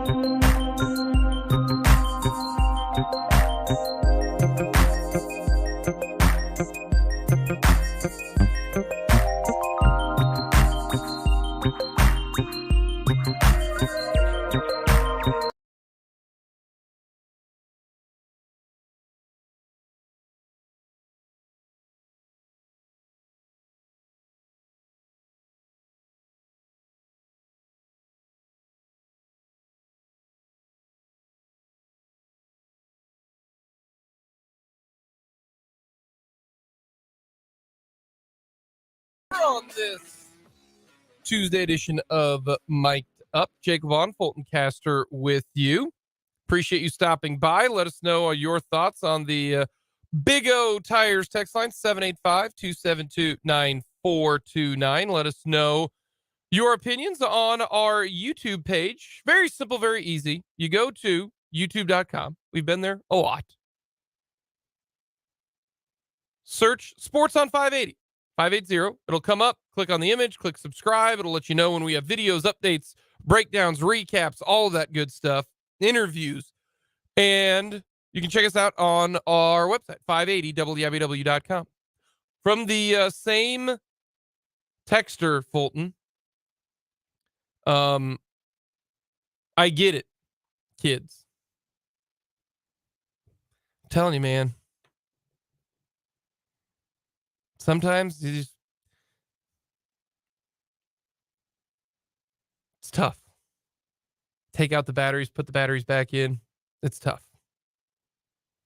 Not as easy as you think, Fulton. You could also just take out the batteries and put them back in. It's like 18 other things happening. Sure. Well, whatever you say. We'll get to odds makers coming up here in just a little bit, but Andy Reid met with the media today. I don't know why Big Red met with the media today, but when Andy Reid speaks, we want to let you know at least what's going on. So here is what Andy Reid had to say to the media today. I'm gonna leave it open to you. We came out injury free, and Pat is actually feeling good in my meeting with him this morning, so that's a good deal. As far as off-season surgeries or anything, I don't have that information for you if we have any that are going to take place. What I've been doing today is we had a team meeting, where we talked about a variety of things, a parade included, and then about the off-season. And now I'm actually in the middle of talking to each player. Each player will meet with his position coach, the coordinator, and myself. So they're going through that exercise there. With that, time's yours.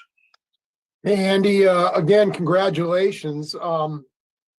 Wanted to ask you about Pat, and he said after the or yesterday, I think it was, that he was confident he'd be ready to go for OTAs. Do you see that for him as well? Are there any similarities in terms of what he can do and what he can't do to that toe injury that he had a couple of years ago? And Brad, I'll have a second question as well. Yeah, I think he should be. I mean, I'll meet with Rick here later on everything, but I think right now he should be okay by that time. Okay, and just wondering, after a year of coaching Juju Smith-Schuster, are the things you learned about him, or the things about him that were kind of a surprise to you when you guys brought him in? Yeah, no, I like his game. I like the way he helps counter Kels. I think he's a smart player, great in space, strong hands, all of that. I really like what he brings to the team, his personality, his leadership. He gets it, He's one of those guys that understands it, what it takes. And Brad, I'll have a follow-up too, if I could. Coach, there was a report that came out on Sunday that you would take some time, sit and consider retirement. Didn't seem that way after the game. Doesn't seem that way right now. I'm just curious, they even kind of quoted you as saying that. I'm just curious, was there a time where you were thinking about that? Are you thinking about that? Did that surprise you that report was out there? No, I was asked that about 50 times down there. And I think by the time I got to Jay Glazer, I just went, hey, listen, I've been asked this about 100 times. I mean, that's not the direction I'm going, but it wasn't a yes or no answer, I guess.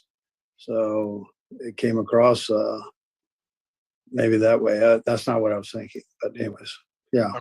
So, Just want to clear that up. And then secondly, I think it was 16 guys when you count the guys on the practice squad and everything that are still on the team that are getting a second ring with this championship. Obviously, turnover is part of the NFL. How important is it, to get fresh blood, to get guys that are hungry that don't have a ring? Have you found, now that you've won it twice, right? You never won it twice until now. Have you found that was something that is a necessary part of it, to have some change, to have some fresh blood? Listen, I mean, I think it's a great challenge to get back there, whether it's fresh blood or not fresh blood. I think I don't think it hurts to have the same guys back. It doesn't seem to happen that way in the NFL. So I think that it's fluid. I mentioned this to the team this morning, that we're not going to all be here in this room next go round, next time we gather. So, but the majority of probably will be here. That's normally how this thing works. And so our off season, we've really got to attack it. And then whoever's new that comes into the team, they've got to do the same. Hey, Coach, congrats again. I have a question on the game, and then just a bigger picture question.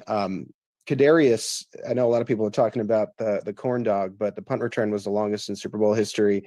And I was wondering if there was anything more, and since we won't get Dave, to that play, and did you guys see a tendency of the Eagles going one way? Just, was there anything more to him breaking that one off? Yeah, I would ask Dave on that. I think he actually kind of cut back across the field, so from the normal return that was there. But I thought the guys did a good job blocking for him, and then I thought Kadarius did a nice job. I'm not sure he's had to run that fast that far in a while. We've kind of tapered back on the length of his routes and that he had to do, but he sure did a nice job with that one. Hey, Andy. Brad, I'll have a second one. Congratulations again, Andy. Just as you're meeting with the players and sort of, considering all that's happened and this fulfillment you have right now, how do you sort of start setting the message for what comes next, and how they're supposed to put that in their view screen in terms of incentivizing them after having this great breakthrough again? Yeah, so you're only as good as that right there. I mean, it's a final. The season's over. One team is happy, and we're fortunate enough to be that team. And so think of the hard work that went into that, and take some time off, and then get back into it. And you're going to meet with your coaches. Before we met with the coaches, you asked me what I said. So, I mean, if you don't know your strengths and weaknesses, make sure that you and your coach talk about it. And so you have something that you can go out there and attack, knowing that these coaches in the National Football League are going to be studying every move that you made this past season, and they're going to come up with answers on it. So you've got to train yourself in that manner, where you attack those issues and be in great shape doing it. And then the only other thing, Andy, is I think last Super Bowl victory, you had entertainment from Pitbull and came back to Q39. I wonder if you could just take us through a little bit of your late Sunday night and what you did when you did get back. Yeah, I went to Pizza 51. That's what I did. I got a mushroom and sausage pizza. How about that? And a salad, just to make my chubbiness feel good. Hello, Andy. Congratulations. I have two questions as well. The first, coach, is given your background, obviously, with the offensive line, how important is it as a priority, I guess, for you guys to obviously get a long-term deal with Orlando Brown and similarly try to retain Andrew Wiley?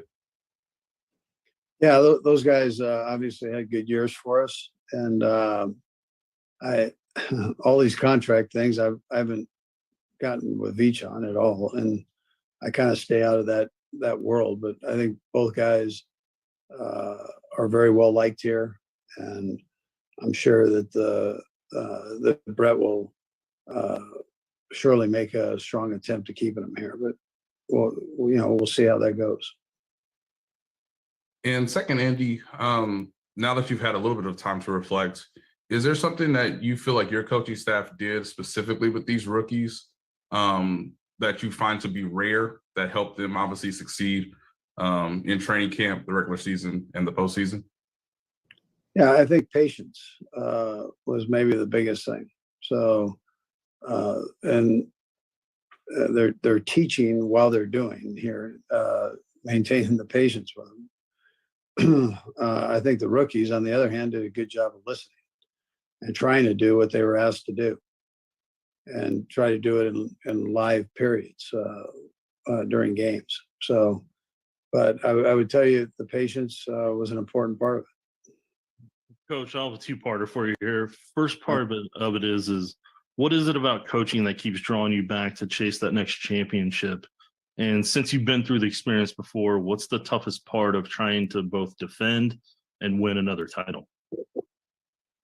Yeah, well, Nick, you can talk about defending it, but the thing that drives me is the day-to-day process, the teaching of being a coach and working with these young guys, young men that want to be great at what they do. I mean, they're already the best in the whole world at what they do because they're in the National Football League. But giving them an opportunity to even be the best of the best. So that drives me, but it's also the same thing that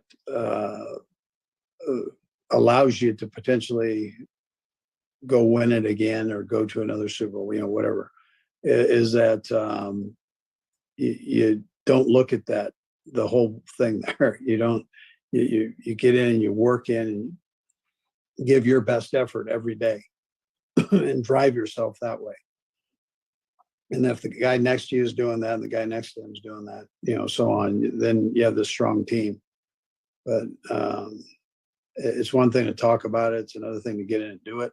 And so that drives me. I like to test myself that way. And I like to have players around me that do the same thing. Thanks, Brad. Andy, I'll have a couple of quick things for you too. Just first of all, can you sort of give us a glimpse of what the immediacy looks like for you in terms of the next couple of weeks? When do you actually dig into the off-season stuff? Obviously, you've got a shorter off-season with going to the Super Bowl. Yeah. So, I mean, listen, we start right away on scheme eval. So once the parade's over, the guys are going to have time off, but we've got iPads and everything's on these iPads. I mean, we can watch every game, every snap, end zone, far copy, and we've got it all.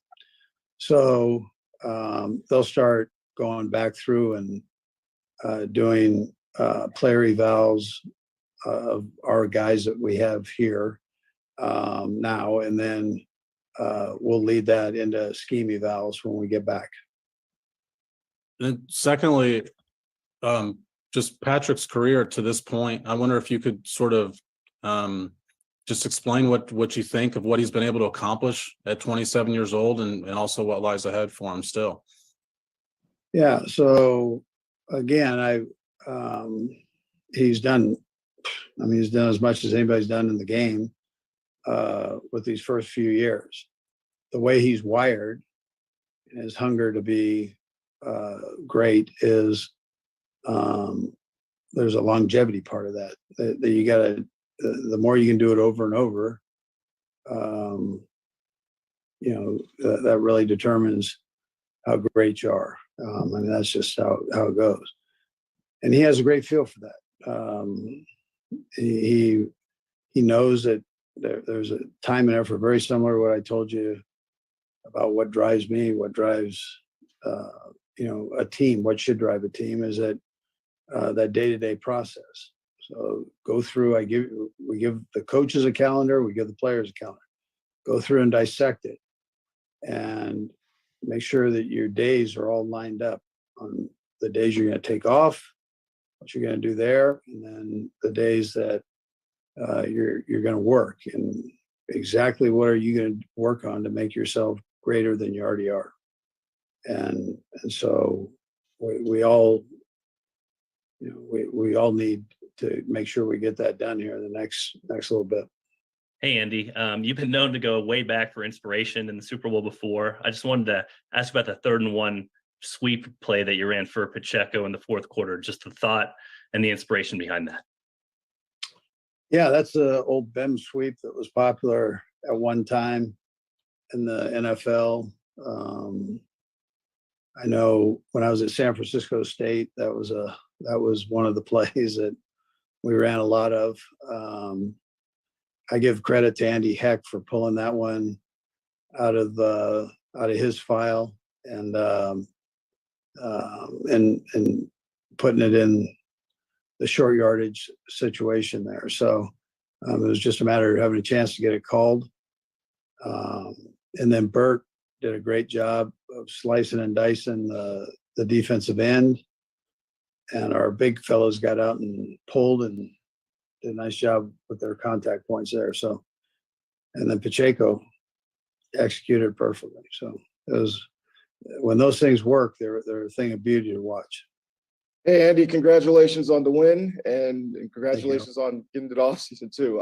Eric Bieniemy, I know you've been asked about this ad nauseum, but with Baltimore coming out today stating that they're going in a different direction for their offensive coordinator, only one head coach position left now, or maybe two, but one seems to be finalized. I know you mentioned before in the past that you're pushing for him, but if not, I know he's on a 1-year deal. So would you expect him to return? And if not, are you still trying to push for him to get the last few jobs remaining?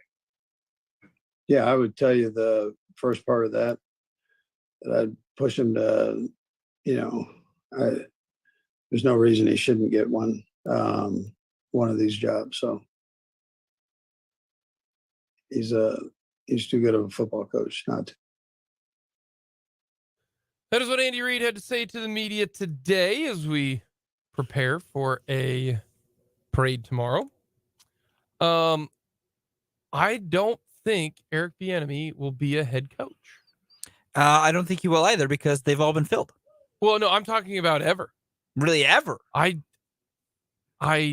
don't know if he will. It kind of goes in like cycles. Do you remember when Dave Tobe was rumored to be a head coach?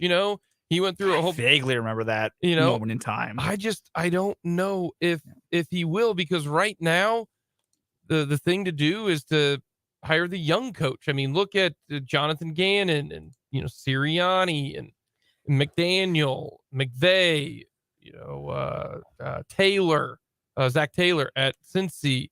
Who's the guy at Minnesota? O'Connell. No, like that just kind of seems to be the way it is. And I thought it would be a shoo-in last year, and now this year there's zero rumblings about it. So and it doesn't look like he's going to go be an OC somewhere. I think that's what he's going to have to do if he wants to be a head coach, is go be an OC somewhere else. But do you stay in Kansas City and wait until Andy Reid does hang it up? But you don't know when that's going to be. That could be 6 years from now. I mean, it could be 1 year. It could be 6 years from now. I mean, I don't know, but I just don't know if it'll ever happen, because you get these windows and then all of a sudden people just move on from it, because there's more and more young crop of coaches like the Siriannis and the Gannons and the Shane Steichens and such. So but that's what Andy Reid had to say today to the media. Coming up next, we've got another edition of Odds Makers.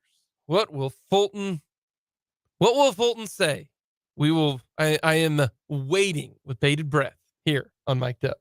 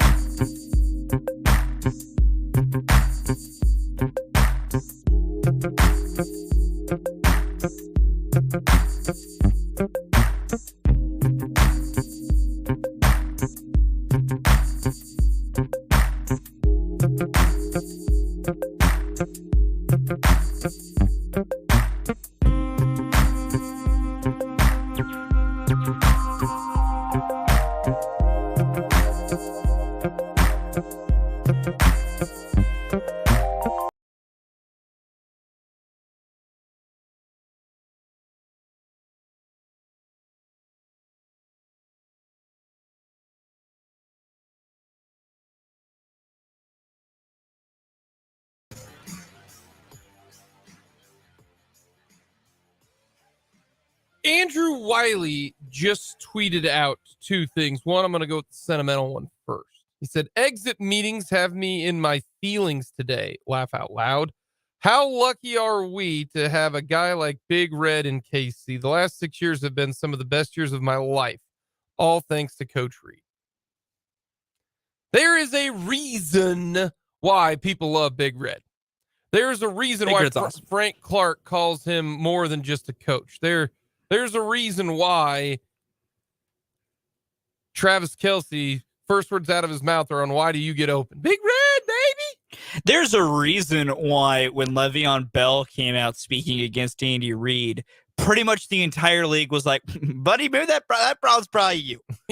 Like, that's a you problem, bud. There's a reason when normally ex-players speak out against their coaches, we go, maybe he has a point. There's both sides. But when a player spoke out against Andy Reid, the first one to ever do it, players, media, coaches were all like, Lev, that's probably a you problem there, Skip. Andy Reid always takes the arrows. Yeah. It's always, I got to be better. I put him in a good spot. And when things work, everything got my assistants, it's our coaching, it's all this. And same way, this is how this team works. You know, it's always somebody else for the praise. Mm-hmm. And it's always, I sucked when it's a loss. I mean, that's what it comes down to. And that's good stuff. But that's what Andrew Wiley had to say today for their exit meetings. Then immediately after, Andrew Wiley, two-time Super Bowl champ Andrew Wiley, by the way. I love Andrew Wiley. Anyways, Anyways, who's showing up to this parade tomorrow? I'm trying to chug some beers with y'all. Laughing emoji. Laughing, crying emoji.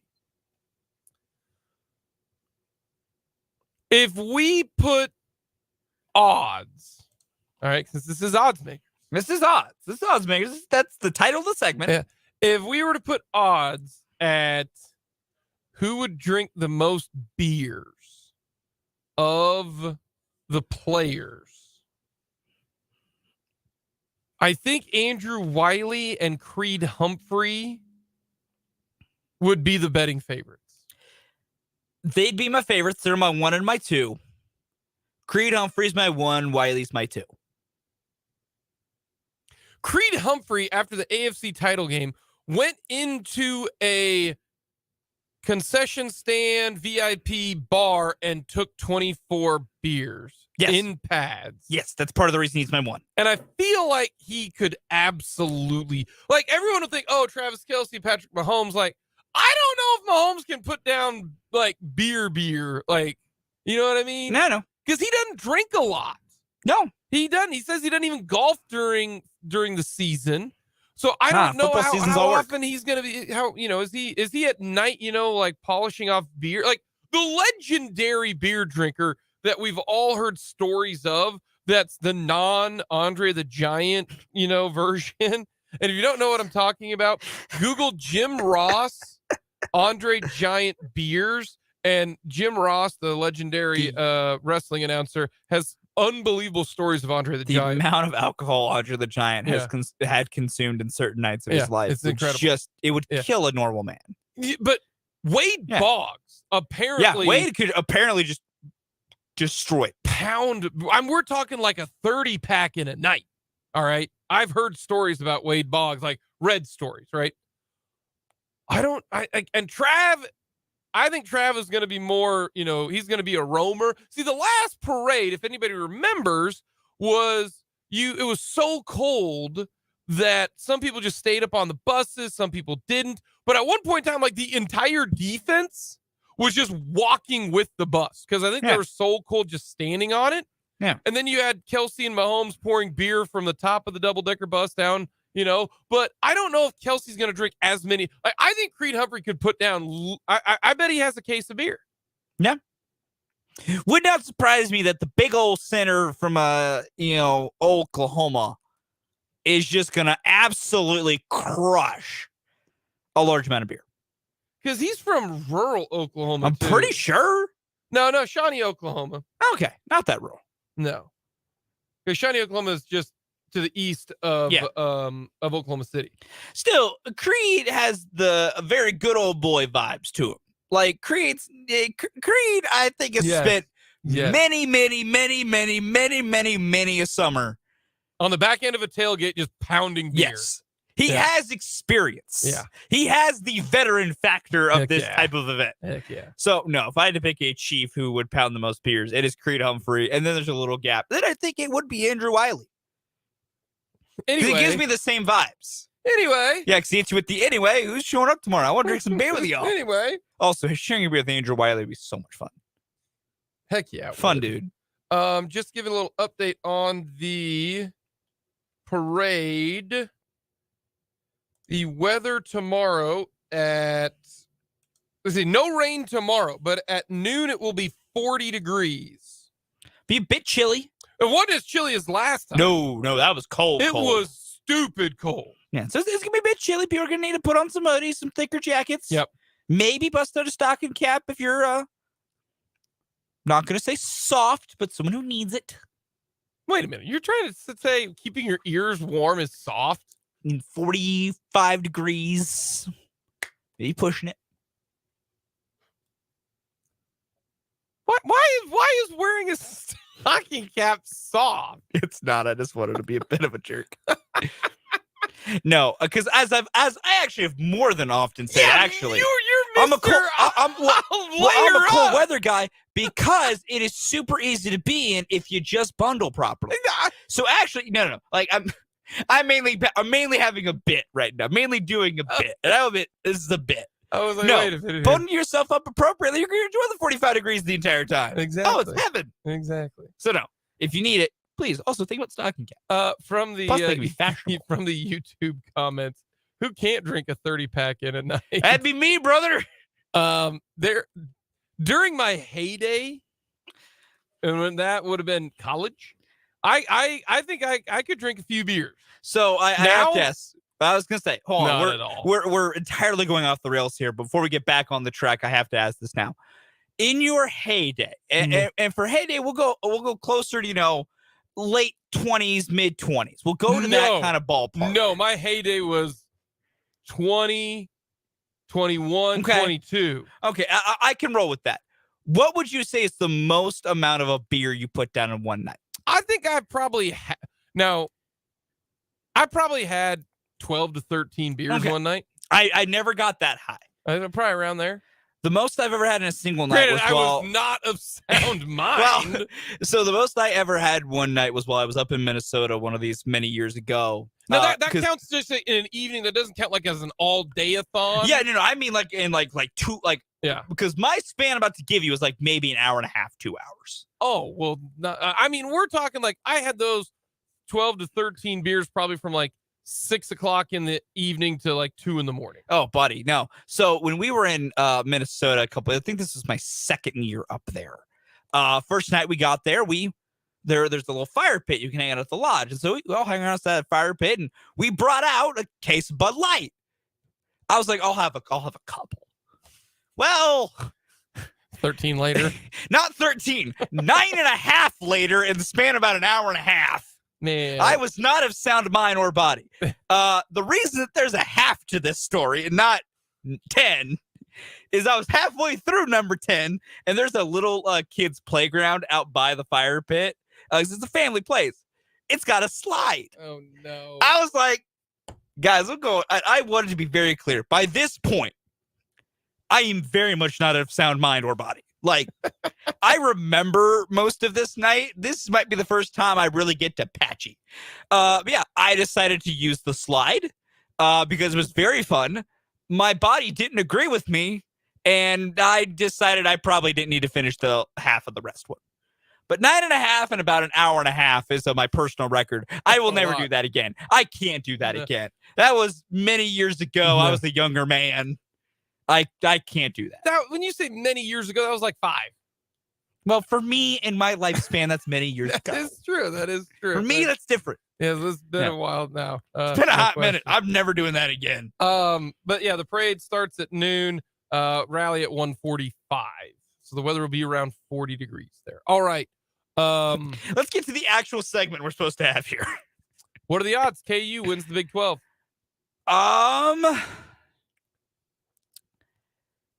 They're half game back with about 6 to play, give or take. I can't remember the exact number, but I think it's 6 to play after tonight. They've played 12 games right now. So after tonight, they will have played 13. So they will have 5 left after tonight. Correct. They could be tied for first with 5 left, and they play each of the 2 teams they're tied with. I'm going to go 60%. It comes down to, obviously, they got to win tonight. That's step 1. Can they beat Baylor at Allen Fieldhouse? That is important. The building's important. And then can they go on the road to beat Texas and Austin? The way this team's playing, the bench is starting to get some level of confidence. Ernest Uday has started to click a few things. They're not elite level of play, but a few different things are starting to click a little bit. Tonight will tell me a lot. But I really think KU's in a close to being in the driver's seat. Because by the time we talk next week, KU could just be tied with Texas. And they have put Baylor a game back. It's going to be close. It's definitely not locked in, but I think I'm aggressively going to say 60. What's crazy about this is the next time that this time next week, KU could be leading it all by themselves because Texas could lose to Oklahoma on Saturday. They could. Who knows? They just lost to Texas Tech. They could. So I'm going to give it right now because if they win the title, it means they win a share. Yeah. Baylor is 9-4 right now. Texas is 9-4. KU is 8-4. I will say right now, I've been steady Eddie. I'm going to say 50%. I think that's very fair. I think it's 50% that they win the Big 12 because they're a game back. KU's schedule is not, brutal. Texas's schedule the rest of the way, they've got 2 more road games at Baylor, at TCU. And then you take on KU, Iowa State, and Oklahoma. They're going to have at least 1 loss. Everyone's got at least 1 loss the rest of the way. Everyone have to think. The question is, to me, do you have 2? Do you have 2 losses the rest of the way? And KU can't afford 2 losses. If they win tonight, you can still slip up. I think the winner of this conference is going to end up being 13-5. Yeah. Can you get to 13-5? I would think you're pretty correct with That's what I that think. assumption, and being in that spot, trying to get right there would be there. And yeah, if you're Kansas, you got 3 home games left, but your 3 road games are all very difficult. Because you got Oklahoma State tonight, you got to go to Fort Worth to take on TCU, and then to end the year, you got to go down to Austin. But I would not be surprised if this KU team plays Texas to end the year in March. Yeah. And that might be a battle for the Big 12. That might be a Big 12 championship game, which would make it so much fun. Especially if they're both tied at 13-4. Would be amazing. Then it truly is a winner take home. Like truly winner is solo Big 12 champion. Yeah, if one of them is if one of them let's say they're 13-4 and they've already won it no matter what, and Texas or KU has to beat them to share. That's not quite as fun. It's not quite as fun, but still a level of entertaining. Yeah, it's still entertaining. Yeah, but no, the one winner take all would be much more entertaining. For the so much more fun. For the one team who's already won it, doesn't make it you're just trying not to have to share, but you can live with having to share. As I've been asking for a few weeks now, what are the odds the Big 12 gets 8 teams into the NCAA tournament?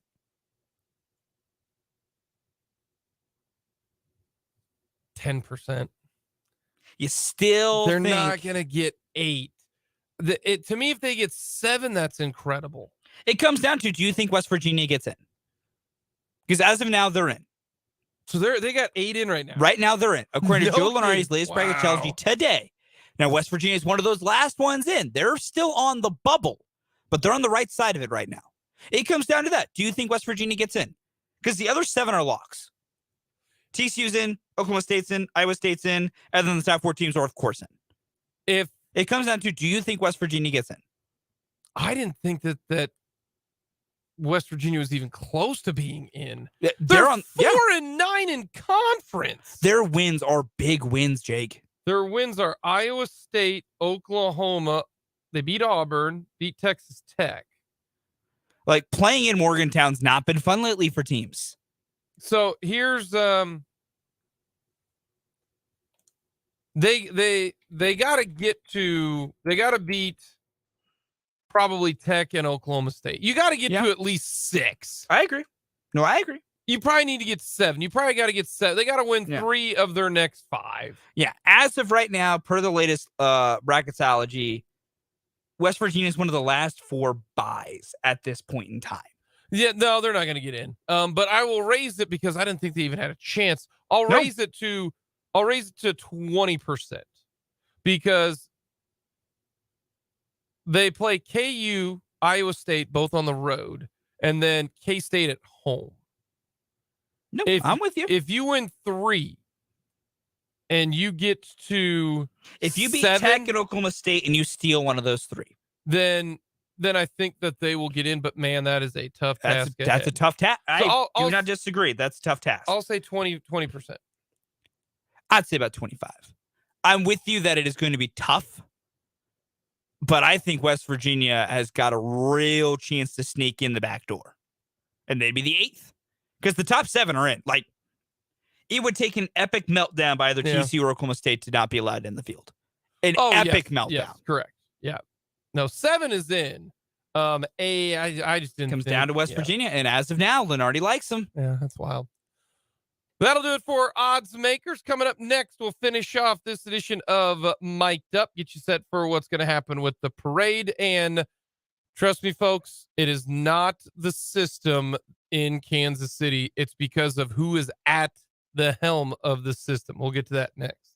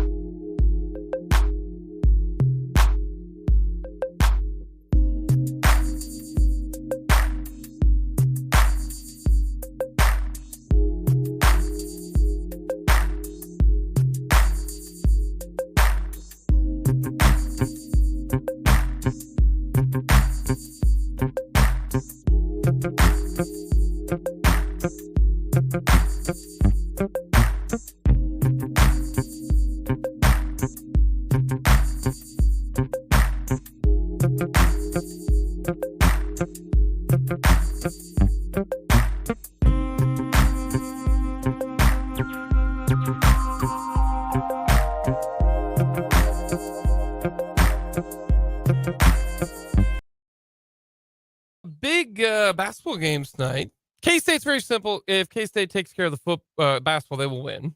Very simple. I hope they don't need to take care of a football too. Yeah. That does help. Hey, fun fact. Who had the turnover in the Super Bowl? Eagles. And who didn't? Chiefs. And who won? Chiefs. Bam! Sometimes, gang, we make this harder than it needs to be. Yep. Yeah. Simple as that. Simple as that. And sometimes pretty right on what we think are important things. I'm very smart according to a couple of my friends who don't live in this area, and they're not Chiefs fans. I met them via elsewhere. Yeah. And both of them sent me texts before the Super Bowl, and they said, "What are your thoughts?" And I said, "We've got 15." Actually, I'm going to read you verbatim what I said in one of these messages. Okay. They laughed, and he says, "Ready for tomorrow?" I said, "Yes. Chiefs 30, Eagles 27. And I go, "We have Mahomes. They don't. That's what I'm banking on." And he goes, "What? Anything else?" I said, "The Eagles haven't played zero good offenses this year. Chiefs way better." And then Sunday night, he goes, "Man, you hit that nail on the head." And I said, "Yeah, we've got 15. We've got Patrick Mahomes. We talked about that yesterday. He is going to become the guy that you get sliced and diced." Let me ask you this. When you think of Joe Montana, what's the first thing that comes to your mind? From the very little bit of highlight packages that I have seen, as I was very much not alive for Joe Montana's great run. Very accurate passer. Very accurate passer. Very accurate passer. Have you seen the what do you call it? The documentary on Joe Montana? I have not. I need to.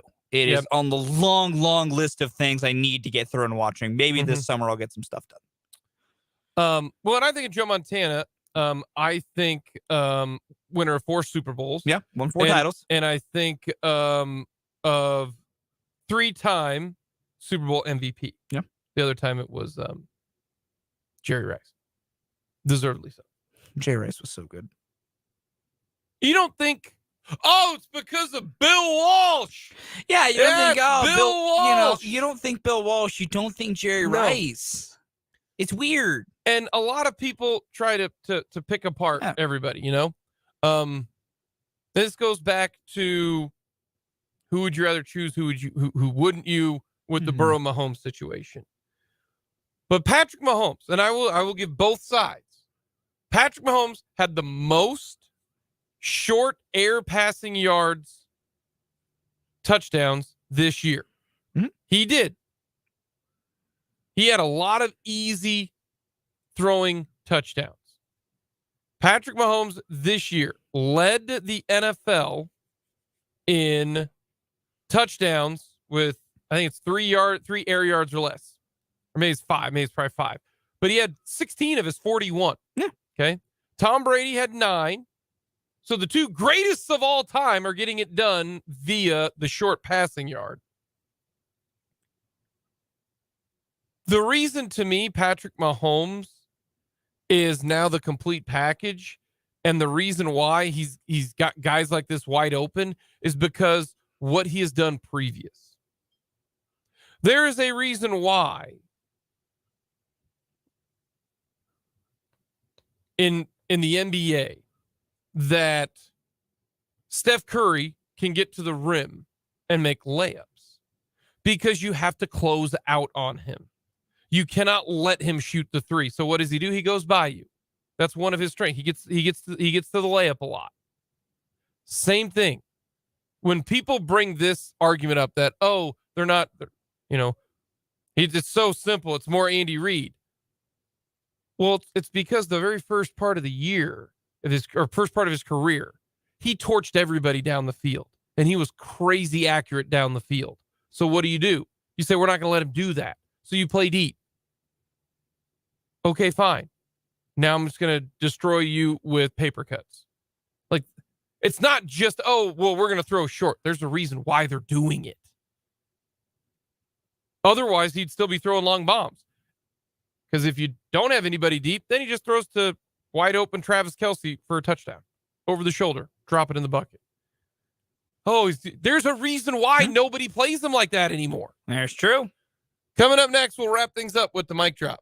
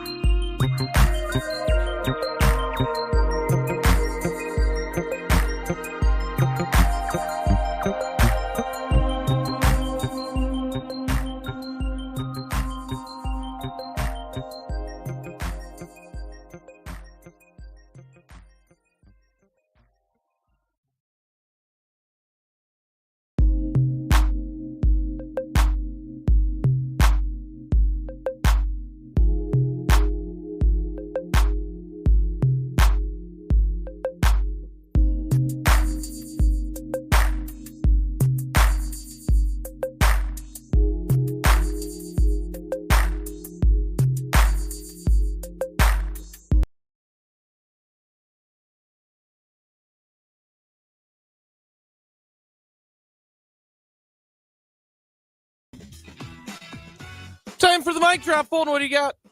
KU heads down to the world's greatest wrestling gymnasium of Gallagher Iba Arena this evening. I would like them to walk away with victory.